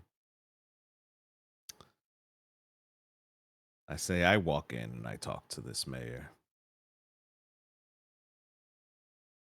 Knox. The Chicago Shuffle. Yes? Oh, there's no such thing. Admit it. You're making those up as you go along. No. Look, Yes, you are. No. You are. Listen, oh man, I know you're not from where we're from, but the Kansas City Shuffle is. That's not even a real name. No place is called Kansas City. No one anywhere in the world would call a place Kansas City. That is nonsensical. You're from a place that's further north than us, and there is a place called Kansas City. Ridiculous. we'll show it to you one day, Ohm. I have never been more mystified by a note that I now have to write down that Kansas City exists somewhere in this world. So thank you And for that. Chicago, somewhere. And Chicago. In Chicago. Can I show you something? By all means, please, Angel. Will get up and he'll walk back to where his stuff is, and he'll pick up that bag that he carries on his shoulders all the time. You've never really known what the hell's inside of it. And he'll bring it back, and as he's carrying it, it looks fairly heavy, and it clinks and it clanks, and there's all sorts of weird noise that come from it. He'll start whistling a little song as he's undoing the knots, and he's got several knots going on, and he's got a couple of padlocks, and he a little door opens and he puts a little key out and undoes the padlocks, and then he undoes the knots and he'll open it up, and then there's the drawstring which he'll pull open, and then he'll open it up, and then he'll grab and he'll open it, and this whole bunch of stuff, knickknacks, little baubles, pieces of armor, buttons, broken pens, bits of chains, all sorts of little things are going to rain down and scatter Broken pocket everywhere. watch? Each one of these belonged to someone who died while in my care. Shakes it, a couple more fall out. Oh, I thought there were a few missing. Folds the bag neatly. That is what I carry on my shoulders every day to remind myself that there is always a better way than killing people. And I do not intend to add to this, you will agree, rather phenomenal collection of random bits and pieces without it being a situation where I have absolutely no choice and where the morality of it is not in question. And so, if you, and he'll bend down and he'll pick up a big handful of it and he'll come over and he'll hand it to Gwyn, want to go and murder this person, and he'll grab another one, and he'll bring it and he'll give it to Knox, and he'll go back and grab another one, and you want to do it for whatever reason other than because trying to figure out a better way, and he'll put it in Quill's hands to do this thing, then you get to carry this stuff from now on. And whenever we get the one from the mayor, you get to carry that one too. We'll split it in 3 if we need to.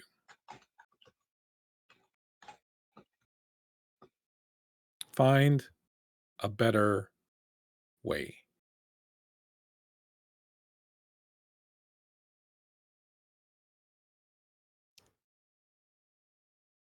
I agree with you. That's why I suggest that we go talk to the mayor, but I do it.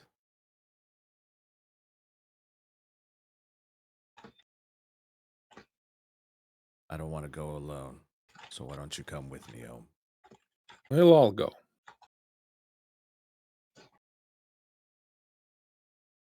Except maybe Mar. Maybe we leave Mar here.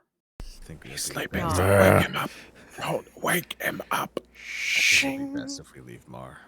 Shing. Because if we leave Mar, we will each be carrying another bag full of these things. You might want to leave me too.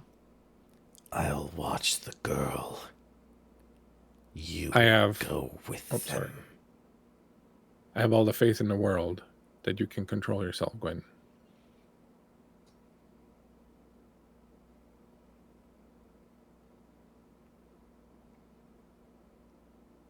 Do you know what it's like?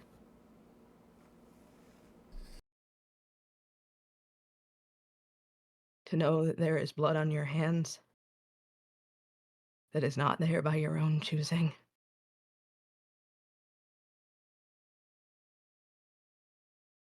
Points at the the bunch of crap on the floor. I don't mean that is part of your work, That is part of what you do. You try to save people, and that makes you noble. Yeah. See, that's where you're wrong. Because my original purpose was not to save people. My original purpose was to kill those the doctors felt had no reasonable chance of surviving, and so did not deserve to have efforts wasted on them. People like me.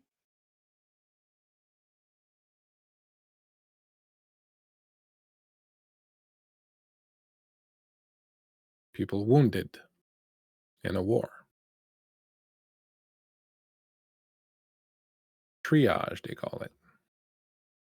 And that is what I was, in a triage unit. And every single person who used to own one of these trinkets was someone who only wanted to live, but was deemed a waste of effort. And so, yes, Gwyn, I know exactly what you mean.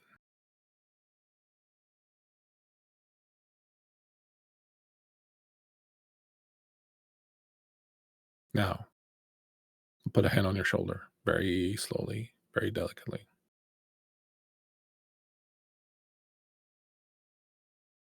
You have a powerful heart, and it is full of rage and righteous anger. But it is your heart, and you get to control it.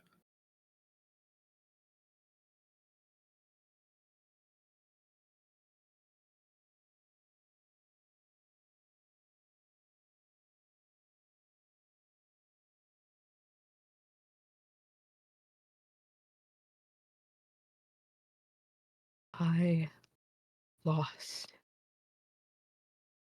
years of my life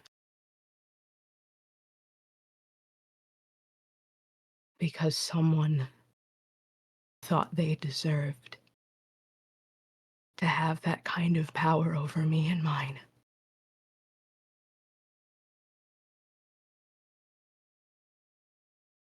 Years. And it comes back in bits and pieces.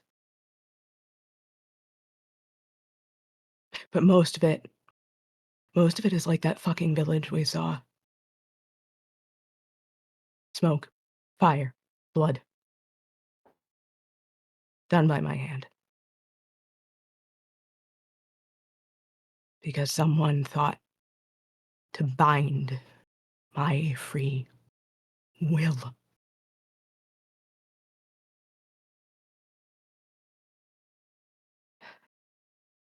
So I appreciate your faith in me, I do.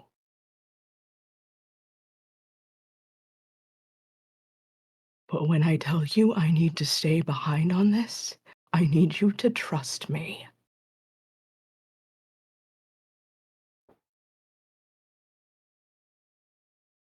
And I'm gonna get up and walk out.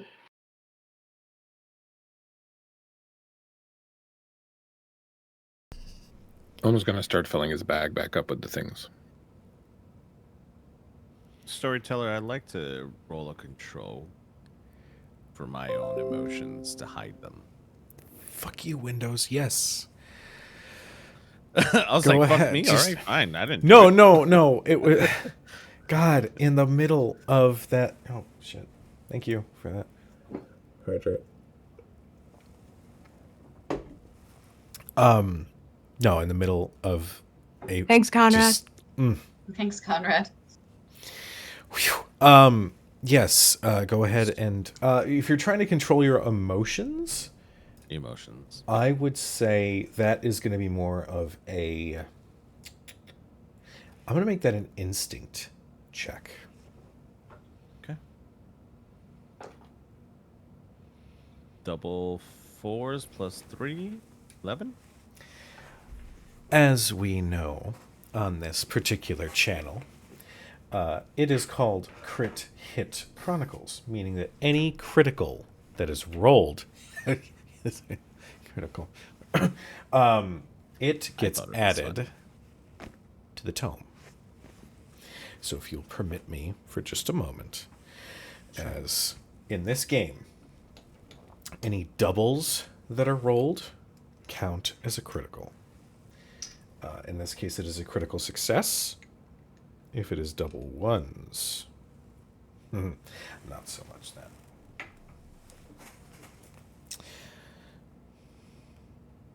Will maintains control after Gwyn's story.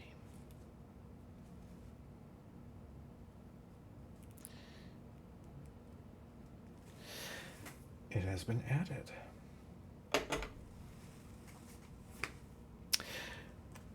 As everybody feels that tension in the air associated with this very difficult position that they have found themselves in, we're going to go ahead and take a quick 5 to 10 minute break.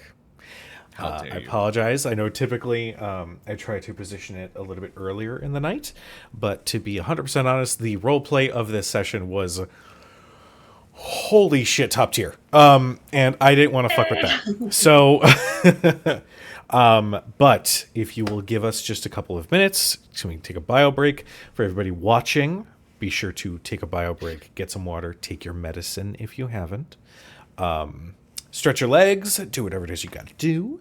And we'll be Ride back an here. ostrich. Ride an ostrich, if that's Or a bear. prescribed, I guess.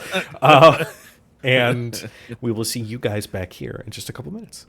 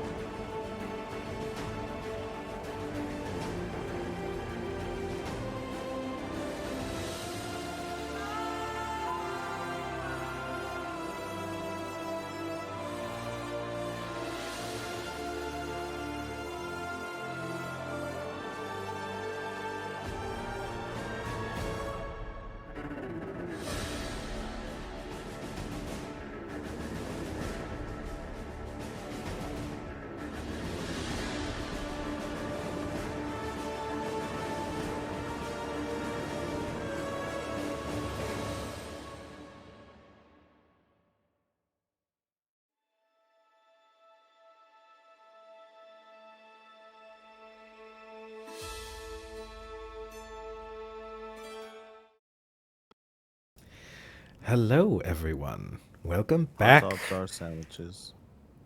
What about sandwiches? Adults dogs are are sandwiches? Hot dogs. No, Oh, Kato and I had this. Kato and I We talk about had this this all the time. discussion. When we are And on the hot phone, dogs are not sandwiches because the defining factor in whether something is a sandwich or not is the bread has to be on top and underneath it. it With is the hot dog, it's like because it's a wedge, a and you put taco is things. not a sandwich either. A taco is not a sandwich. A hot dog is not. A So sandwich. hot dogs are Neither are these. tacos. But a burrito Hot is a dogs. sandwich. Hot dogs are tacos, but tacos and hot dogs are not sandwiches. I'm just Chat, you need to determine what this is. I'm just And we will watching find out at the end of the game. the death of my channel.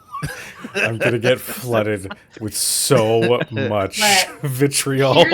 Here's the secret hack. You make your barbecue chicken, you shred it on up, you put some barbecue sauce on it, you put it on a taco, right, like a soft taco, and you put a little pickle on it. Oh yeah. Okay. And we're back. Now I am feeling morbid about my channel's future, and I'm also hungry. Thank you, Kato. You're welcome. We return to our adventurers. Now, at this point in the evening, it is starting to push later hours. Maybe about like 10, maybe 11 o'clock at night. What is the plan? What do you all do? Quill's gonna try to sneak out. And go where? Sorry. Go ahead and make me a finesse roll. Can I see? Can I like look to see where he's going? You can go ahead and make me a, I believe yes, an instinct check. That is 10 plus 8 with a hope die. Okay. I got. With the modifier, 9. it is 20. Okay. Well, fuck you. I got a 9 flat with fear. Okay. Quill, you managed to sneak out of the barn and find yourself out on the street. I'm gonna go to the roof. Okay. Takes just a moment. Like I said, there are fire escapes and ladders all over the city. Quill's just gonna sit up there for a while and start trying to piece things together. What you would see from looking at the camera is just a silhouette. I'm assuming the moon is out, Yes. so you would see a silhouette of Quill on the top, thinking about the events that have passed with the clown, the mayor, and the dilemma that's weighing very heavily on Quill's mind. He is thinking very, very much so in regards to what should be done. He doesn't want to put the lives of his friends in danger. He doesn't want to put the life that is brand new into this world into the hands of someone who may use that incorrectly. He tries to, for lack of a better term, pray to his god for guidance. Make me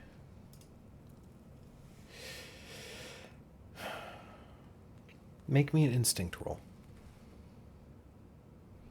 This is perceiving. Well, actually, it's more like a sense check. Okay, I was gonna say I was gonna be like more sense of a sense roll. That Yeah. is 13 plus 3. That'll be 16. Is it with hope or fear? That is hope.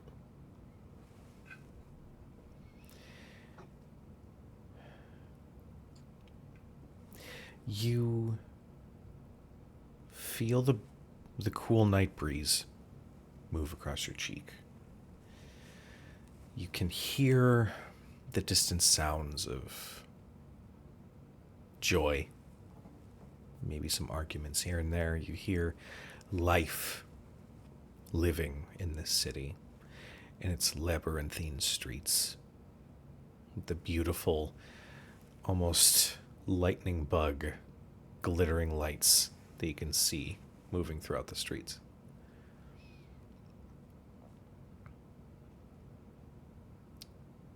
And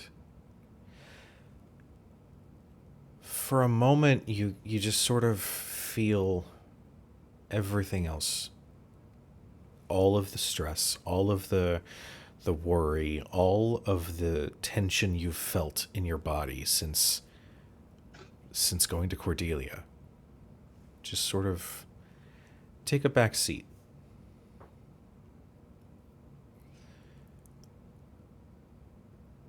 And you feel just this warmth somewhere inside. Maybe it's comfort from the breeze. Maybe it's seeing the little family out on the town late at night, enjoying their time, making you think of happier times.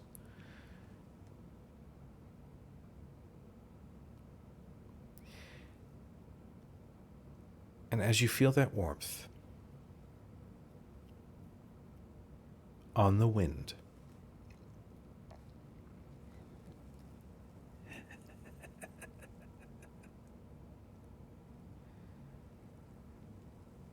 this little laugh,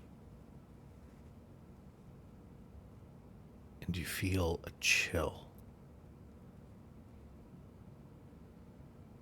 The fuck you want? It is sourceless. Every time you feel that breeze, there's no longer comfort. It's like feeling his cold fingers caressing your cheek.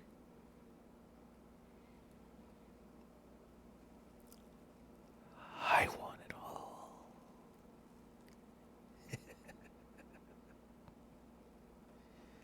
I want her. I want her. And the more and more you hear words on the wind, the more violent they start to feel. The flickering, pleasing lights start to flicker more, like a strong breeze is rolling through the city. And you start to see people react and look and start to shudder themselves from the wind. I want it all. I want it all.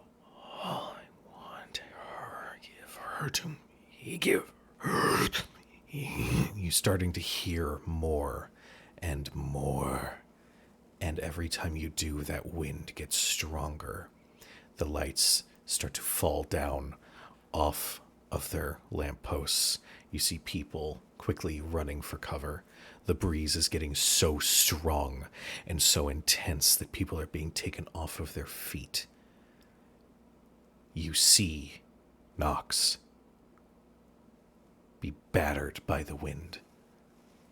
You see Gwyn scream at the top of her lungs, letting loose a rage never felt before, and even her form toppled. You see Ohm come to pieces as almost the force of the wind breaks him apart at the joints.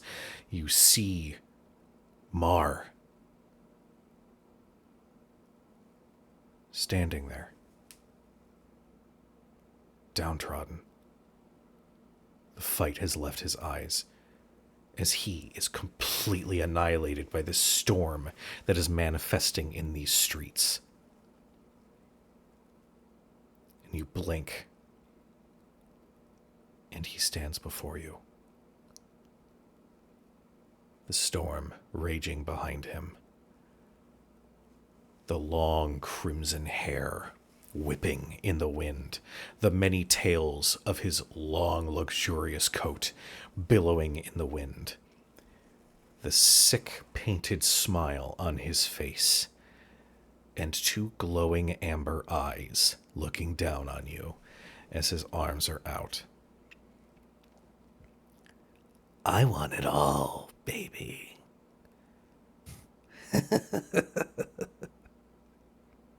Think that's funny. Oh, I think everything's funny. Like your little stunt. That wonderful conversation, you and your dwarven friend.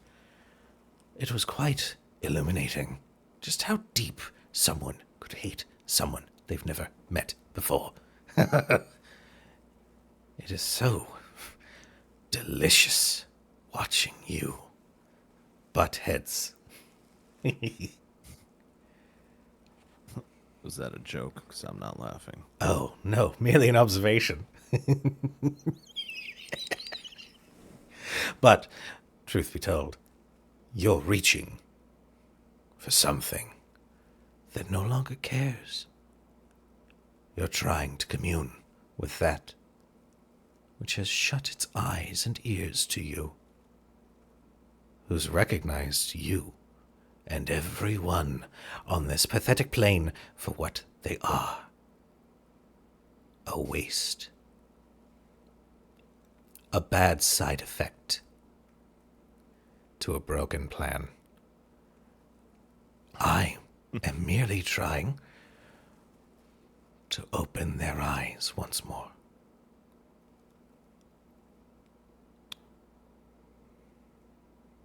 So tell me, how did it feel to die a second time? His form, like immediately, like appears inches from your face. My darling fawn, do you really think that was only the second time I have fallen? Do you think Lady Death holds any weight with me?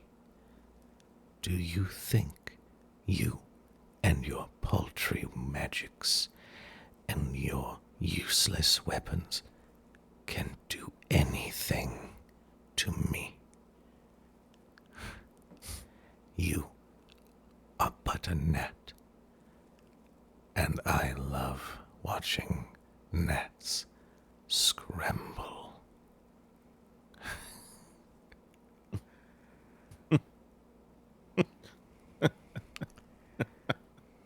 Is that your pathetic excuse to try to scare me? No. No, what should scare you is what I'm going to do when I have her. You see, Gonna have to get through me first. my darling Quill, you are tissue paper. All I need is a strong breeze and you come apart. No, You know what else is tissue paper is good for?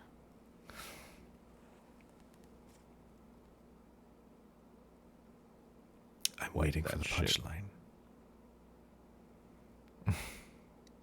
Off your face. Well, all I really wanted to say was that I do hope you enjoy your time in Old Post. But know that no matter where you go, my eye will forever be fixed on little Airy until she is mine. Sleep tight. Don't you have to have eyes first?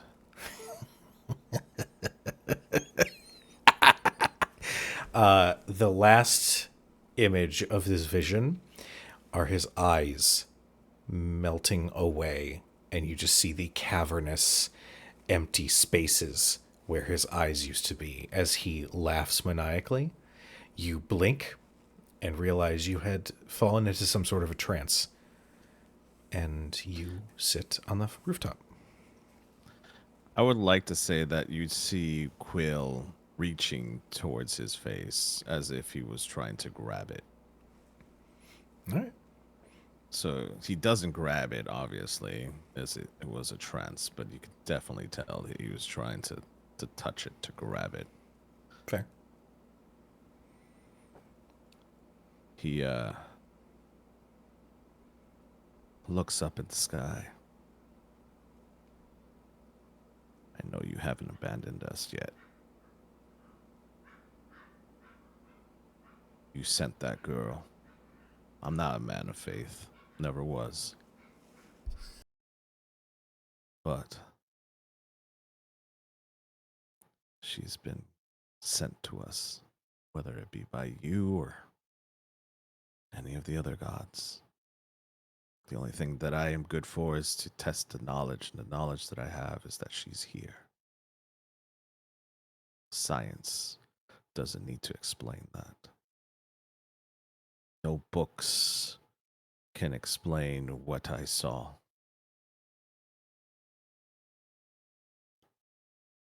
All I know is that I've been given a second chance to make things right.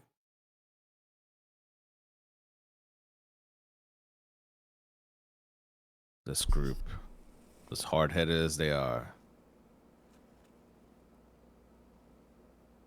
they're a good group. And I would die before. And he kind of whispers this, knowing that he's still around. I will die before you lay your hands on her.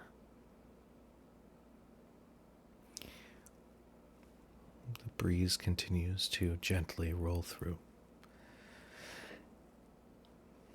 And he would come back down, enter into the barn, put his back against the door to lean up against it, and you'll see him just pass out from exhaustion. We'll say at some point, Aerie sort of half asleep, walks from one spot of the barn where she had sort of found her own spot next to one of the horses.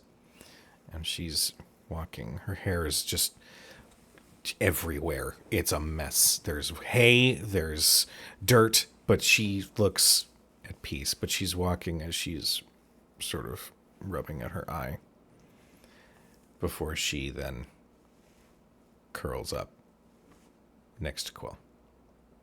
Out of instinct, he just lays his hand on her, doesn't even open his eyes.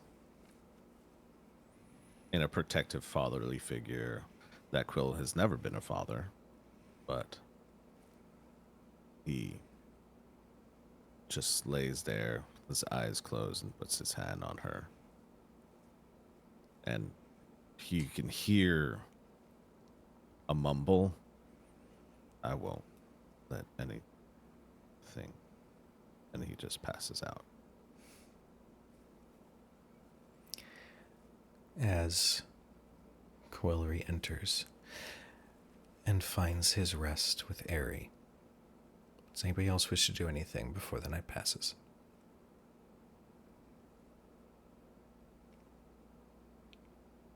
Okay. It does take a little bit longer for Gwyn to come back inside. Okay.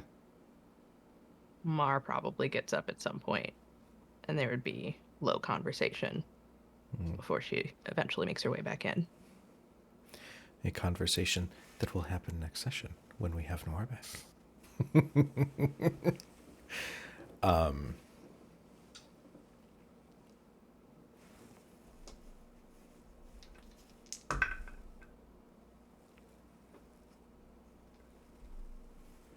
That's a face.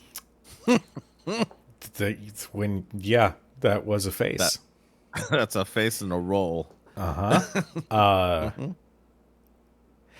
Gwyn. Yep.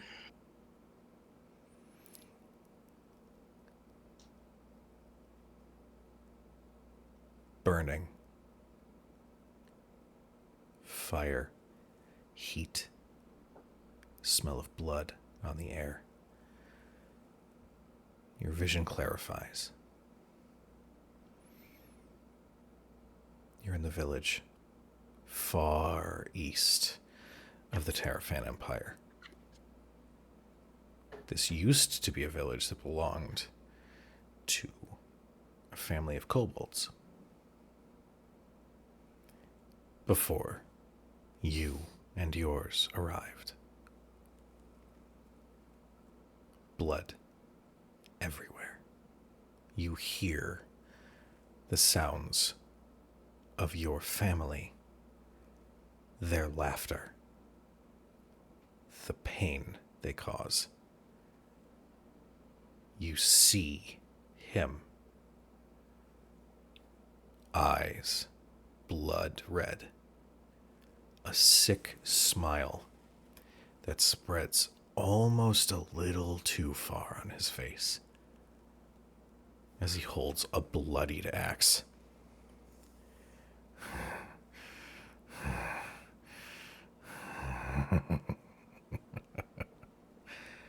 This is the memory that you've been dreading. The memory of you finally breaking free. What did you do when you saw him standing there?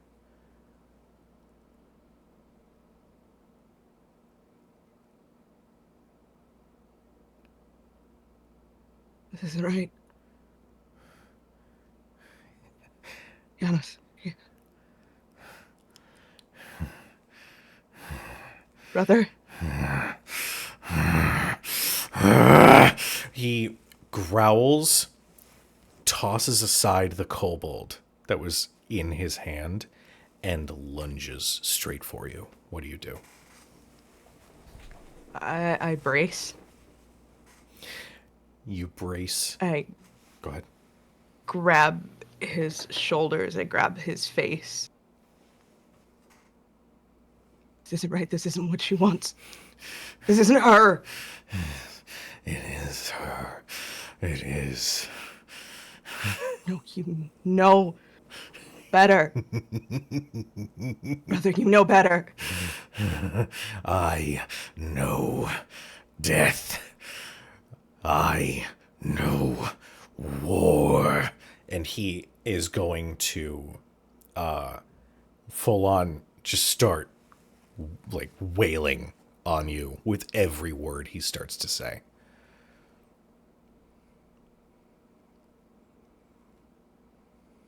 Put my arms up, but I don't swing back.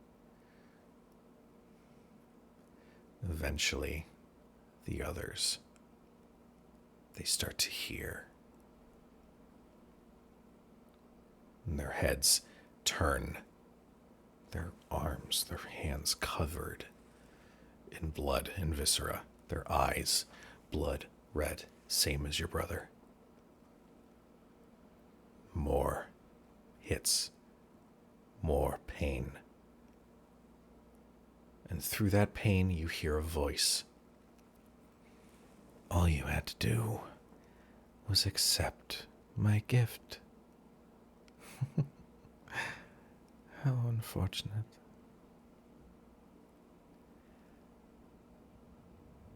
Fuck your gift. Minutes pass. You stand, bloodied, almost broken. They all back off, save for your brother, who stands over you.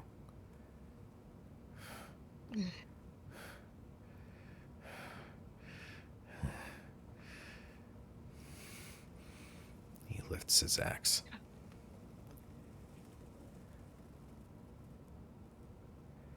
And stops.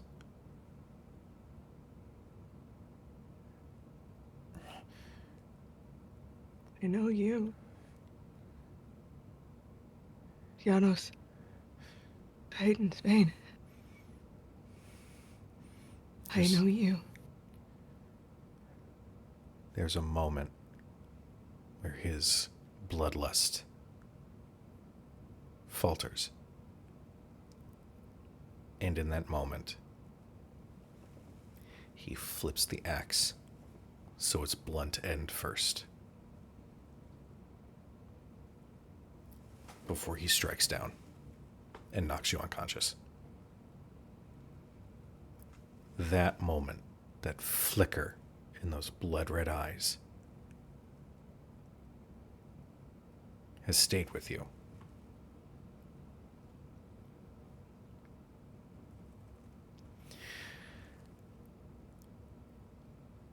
You eventually come to.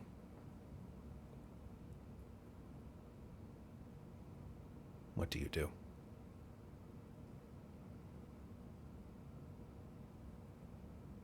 I would like to very quietly get up, exit the barn,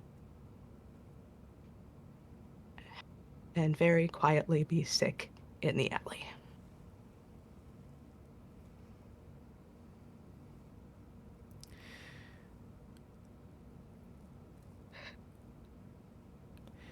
It never goes away.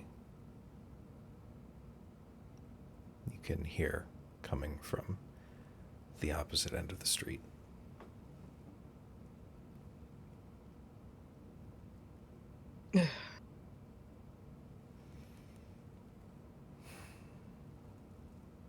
Fuck off. Floating across the street in your direction is Mako.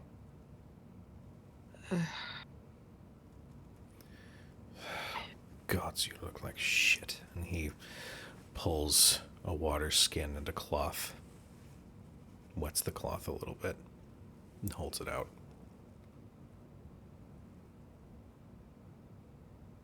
I'm gonna smell the cloth. By smell I mean waft it. Valid. Okay. Go ahead. Give me a perceive check. Also, quick shout out to Randall Hampton for the raid. Hi, everybody. Game Master panel. Oh, Hello, sweet. Raiders. I see me. Hello, What's up, Sabine. Mega? Hi, everybody. Welcome to Crit Hit Chronicles. We've been. You said what? What about? I'm distracted. The ADHD just woo. I am saving that audio clip, and it is going to be my text tone from now on. That was fantastic. Instinct? You make that an instinct. Yes. Heck Distraction. Love it. Fuck off. Well, that's an 11, but it's with fear. Oh, well, that's fine. Guys, I don't know why you keep freaking out that I have 4 points of fear. It's water. You don't smell anything on it. But maybe it was moving your head. Maybe it's perceiving this being floating towards you, but you feel that bubbling again. Yeah, no.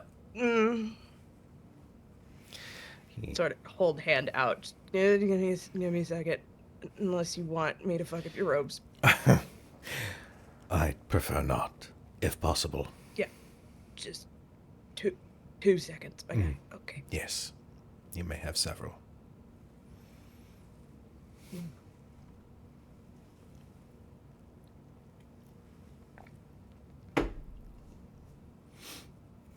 And I will finally take that handkerchief and wipe my mouth. How bad was it this time?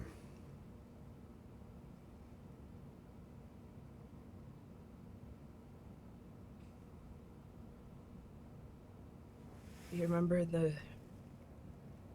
moment where you realized?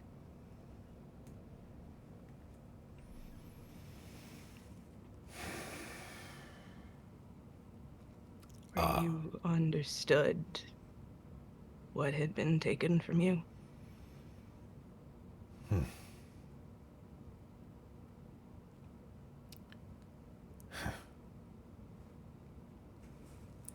Yes, I am quite familiar.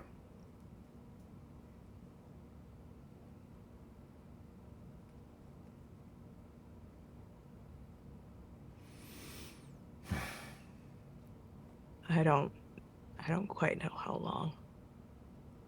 How much time I lost.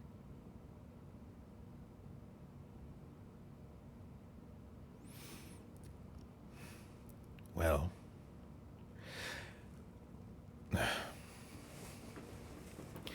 I only offer this because we seem to have a like mind when it comes to our years of service. But you mentioned asking before poking around in someone's mind. Should you so wish, I could answer that question for you.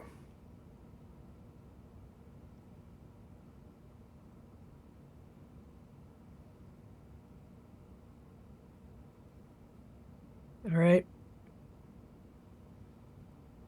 Really?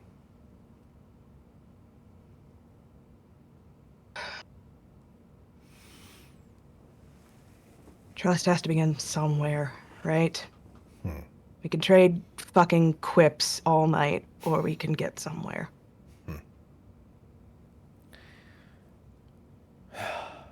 Well,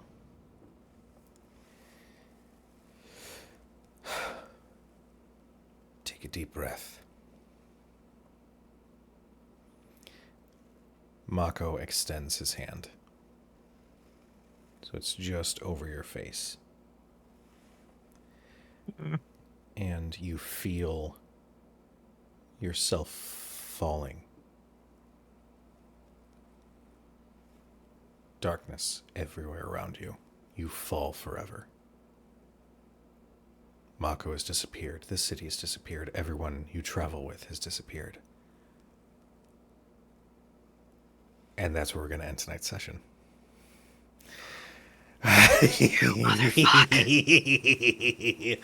Oh man, I could go all night long. I could go all night long, but we miss our beloved Noir, and there are some story bits that we gotta have our Noir here. That's Also, you know, true. I miss my dwarf I buddy. miss Noir. I miss my martial buddy. My fighty friend. Fighty friend. With that in mind, I'm gonna go ahead and get a raid set up. While I do so, hey Nox, why don't we give a little bit of a shout out to yourself and where we might find you? Oh, that's really, really nice. You can find me all over the internet, especially on the TikToks, because I do the Jester voice all the time on the TikToks. And I'm really hoping at some point Laura Bailey will notice it and maybe send me a cease and desist. We all have our dreams. If I get a cease and desist from Laura Bailey, honestly, I peaked and I will retire. Hi, everybody. My name is Kato. My pronouns are they, them. On the internet, I am known as Hell in a Handbasket. On Instagram, I am the Hell in a Handbasket. On Twitter, I am known as Only Handbasket. I'm also Only Handbasket on TikTok, where I do my dumb jester voice and talk to my cat a lot. You can catch me hanging out with Laura over at QCG, which is Queen's Court Games, wherein we do a lot of wild and definitely not wacky and definitely really sad and definitely emotionally devastating horror games. Listen, and then I we're hang all over depressed. yeah, we're all sad boys. And then I hang over at Folk and Myth, where we definitely play really whack. No, we play also a lot of horror games, where Bleak Season over there makes me feel real sad. um, we just my character just concluded their arc in the recent True Cross short series that Bleak is running over on Folk and Myth that features both Laura and Cujo, as my character crawled into a pit with a god. I think why not? And I love Northwolf so freaking much, and I want to be at more tables with Northwolf. But you can find me on there if you want to check out the thing. I am actually a scream queen. I am a horror actor. You can find my published works on the Shutters. If you have Shutter, I am at. I'm on Revealer, which is a Shutter original film, which is still on there. I'm also on Tubi in a film called Black Mold, and there's some upcoming projects in the works. Also, stay tuned to Queen's Court Games, wherein Laura Tutu will be playing my paramour in a very amazing Southern Gothic tale that we will be releasing later this year. Maybe we cried a whole hell of a lot while finalizing that recording. It's So much. fine. It's fine. So You can goddamn also catch me in June for Bleak Miss over at Folk and Myth because we are celebrating the one and only Bleak season for his birthday. You all are great. Thank you all so much for being here. I have been your little sneaky snicker snack stabby guy. You are a goddamn delight. And our beloved Gwyn, where might we find you? Hi, hello, good evening, folks. You can call me Laura or Tutu or Laura Tutu, and you can find me on the internet, usually as some iteration of Laura_Tutu. You might just have to throw an underscore at the beginning and the end of that. I have been your orc warrior, Gwenfair Titansbane. If we were going by D&D standards, it's definitely the Haunted One background because holy fucking shit. I did this to myself. I wrote this character, so. I have the notes. As You gave them to me. Yeah, no, I gave all of that over to the storyteller willingly. Buddy. As Cato previously mentioned, you can usually find me hanging out with the fine folks over at Queen's Court Games, where I roll dice and Viola Davis snot cry, and sometimes post for social media. Listen, it's a miracle we didn't get the snot cry out of me tonight. Soon with Queen's Court Games will be the return of our multi-award-winning Vampire the Masquerade Chronicle, The All-Night Society, where I play Calamity Madden, the gangrel werewolf hunter, who has finally put down roots in Chicago. What the fuck is that about? We've got some projects with Bleak, we've got some projects with Cato. North, you're gonna get dragged along at some point, don't worry about it. Cujo, it's only a matter of time. That is a threat. Otherwise, I guess you could kind of call me a TTRPG mercenary. I'm here, there, and everywhere. Recently, I've been hanging out with the folks over at the Playmat. Hi, Matt. Love you. You're the best. You'll find me at Gen Con this year, where I will be at a couple of tables. I don't know if I could technically tell you which tables they are, but I'm going to be at 2 tables, so stay tuned there. And if you want to come do vampire stuff live and in person with me, you can come hang out with me in the deep state of Texas with Jackalope Live Action Studios for their premiere blockbuster Splatterpunk Sabbat LARP The Night in Question. I believe the dates are September 14th through the 16th. Tickets are on sale now with Jackalope LARP. Yeah, it's gonna be bloody and terrifying. So if you want to come be monstrous with me in the desert, come be monstrous with me. City, because I've been on several games in which you have not mentioned which city you will be in Texas. Technically Austin-ish. There you Yeah. Ah, yes. Austin-ish. Austin-ish. Yeah, technically We- right outside of Austin. We had a couple people last night during the Folk and Myth stream that were asking what city you were going to be in Texas. Start Yeah, driving yeah. in Texas, and when it becomes cool, you're in Austin. Yeah, it's the blueberry and the tomato soup, honey. Sounds about right. But you can get your tickets at jackalope-larp.com. All right. Our beloved Ohm, where might we find you? Right here, right now. Yes, I'm the Bleak Season, and you can find me on Folk and Myth, which is where I do most of my shenanigans. Currently finishing up on Friday our Camarilla game, Lights, or Camarilla Vampire game. It will return in September, but this current arc is finishing on Friday. And then Monday we will have the finale of True Cross, the Dark Ages vampire game. And then, like, I don't know, all the vampires are gone. What am I going to do? I'm going to cry. Am I going to cry? No, I have a Give us more very... vampires. Yeah, man, there will be more vampires because, as you know, people who know me can attest, there are always plans within plans within plans within plans within plans, and so starting in August there will be a lot more vampire coming our way. Though I'm going to take a little bit of a little bit of a break in June. However, I do want to mention that Friday, not this Friday, but Friday next week, the 31st. We will be doing our own Daggerheart one shot that I'll be GMing. Mr. Northwolf here will be present, and we will have the presence of a very special guest, Sir Mike Underwood, one of the designers of Daggerheart, will be playing with us. So no, I'm not sweating. That's not me sweating. GMing for Totally not one of sweating. the people who Mike is literally one of the designed sweetest this people on the system. planet. You're gonna have Oh a no, great I know, I time. know, I know. I think I had to write to them and say, I make jokes about sweating, but I'm not sweating. Like I don't want you to feel bad about it. I'm not actually sweating. It's gonna be all right. So that'll be Friday, not this Friday coming up, but Friday the week after that. And I mean, I guess that's most of what I got. Oh no, Thursday too. Thursday, every second Thursday, including the one this week. I'm on my good friend Myriad. That's Myriad_X.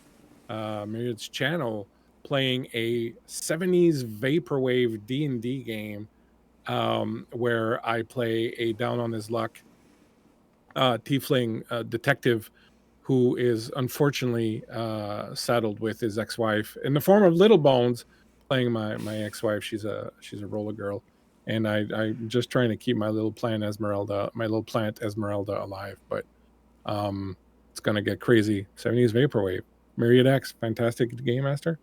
Come and check it out. That's this Thursday at 8:30 p.m. And that's it. That's all the news that's fit to print. Woo. Bye-bye. Bye-bye. Our darling Quill, where might we find you? You are muted, my love. Oh my goodness. There we go. You can That, find that me was like in Columbo. Oh my goodness. Oh, what am I Ow. thinking? Oh, Oh. I was muted the whole Oh. time. Oh Oh, my.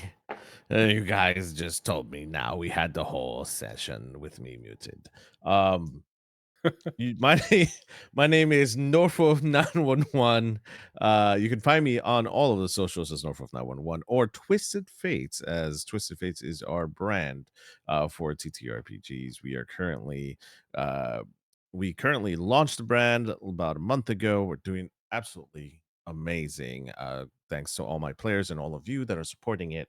Um, we are currently playing the Candela Obscura game every other Thursday, the Walking Dead TTRPG every other Thursday. We are also in the works of finishing up chapters 1 for the Candela Obscura game, and we have chapter 2 on its way, which I'm excited for.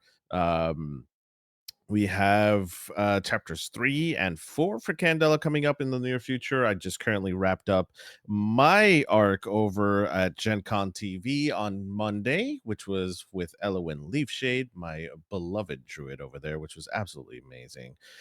We are currently doing at the end of this month, a Daggerheart show, as was mentioned before. I will be playing your Ribbit, which I am super excited about. I am so excited about this Ribbit. You have no idea. it's Enrique, gonna be riveting. it is going to be very riveting. Um, you may come along and hop along with the fun, I'm just saying. You may just get a lot of punny jokes the entire time, just saying. Anyways, the Daggerheart show is going to be at the end of this month. And next month, I am actually going to be raising funds for something that is near and dear to my heart. I am really excited about putting creators together to help raise money for PTSD awareness, because it is PTSD Awareness Month next month. And I am trying to bring in as many people as possible who would like to come and help raise funds. We actually got, and this is a quick shout out to Sirenscape, Free League, and a couple of the other companies that have already signed on board to give away some stuff for those who donate, which is really exciting. So more details are going to be released within the next week or so. And this is an open invitation for all those creators that are wanting to be that. When is it? It's going to be the entire month of June. So for those who want to be play in the games that are currently being put together, or those who want to put on a game, or even just donate their time, however it is, we're going to try to bring along as many creators as humanly possible, as this is the first time I'm actually not doing it alone. Um, so I'm really, really excited about that. It is a thing that I do every year, and this is the first year that I do um, open it up to other creators and bringing other people on board. So I'm really, really excited about that. The last 2 years, we raised over $5,000 by myself. So I'm excited to see what we can do, with so many talented creators out there in the TTRPG space. I am currently also a part of other things, as in Castleton. So there's a huge show that is going to be happening in the month of June. It's going to be pre-recorded, but you can find it here on Twitch with Castleton. I will be playing a very charismatic gentleman, is all I can say. I can't really say very much more, but it's going to be awesome. I'm really, really excited. I get to dress up like Bridgerton and Me too, the me too, Hunger me Games. too. Oh yes, I'm in it too, but there's yes, 175 of us, so yeah. There's a lot of men. Yeah, no, I just gotta, I gotta sit down with the lovely Winter Tales folks for this Yes. soon. it's So- really big. I just had my first session yesterday, and I feel you. I'm so excited. It's gonna be a lot of fun. There's a lot of great creators on there. It's going to be very interesting. I get to play a very interesting role. So that's going to be great. I'm also part of a couple other stuff that I can't talk about just yet. And but I'm really, really excited to be on this journey with all of you. And how am I going to find time to do it all? I don't know, but it's going to be fun either way. And the last thing, and I'm going to shut up because I can talk all night, is the last thing I will say is a huge thank you to everybody who is watching here every Monday night, or every other Tuesday night here as we play Quill Grove, and also supporting this lovely channel, because you guys are amazing and deserve all of the love with these amazing cast members that I have here. And a big thank you again to everyone who is listening to us on a podcast, because we are now on every major podcast out there, which is really, really exciting. Well, I'm in awe of this cast. I love them so dearly. Thank you guys so much for playing and for coming with me on this fun little journey as I just play with these characters and their stories. I am Cujo. I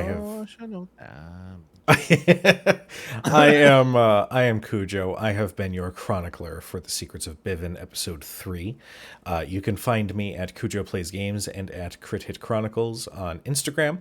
Cujo Plays Games is on all major social media platforms. For Crit Hit Chronicles, it's Crit Hit Chron on Twitter, because character limits are a thing. But keep an eye on the socials. This VOD for this episode is going to be uploaded within the next couple of days. So keep an eye to the socials as we also announce future projects, namely Tales of the Valiant. We are going to be starting a new campaign on this show soon. As Critic Chronicles was one of the Kobold Creates winners. So definitely keep an eye out for that. You can find me on this coming Monday at Folk and Myth, playing the True Cross in Vampire Dark Ages. I play a problem gangrel, and it's so much fun.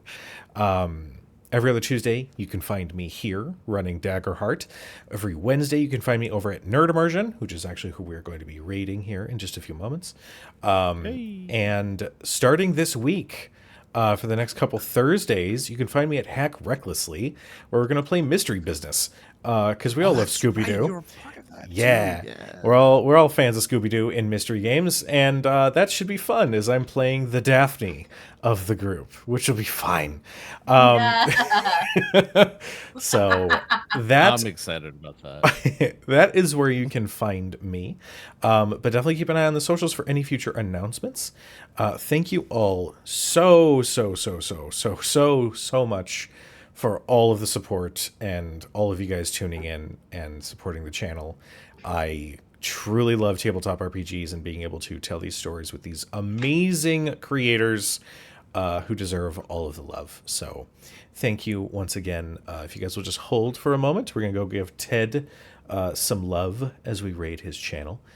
Tell him I sent you and I said that he stinks, I guess. I don't know. You do what you want. You do whatever you want to do. I'm just gonna spam. You are awesome. That's Okay, it. cool. Well, everybody, be nice to each other. We'll see you in a couple weeks. Mwah. Good night, everybody.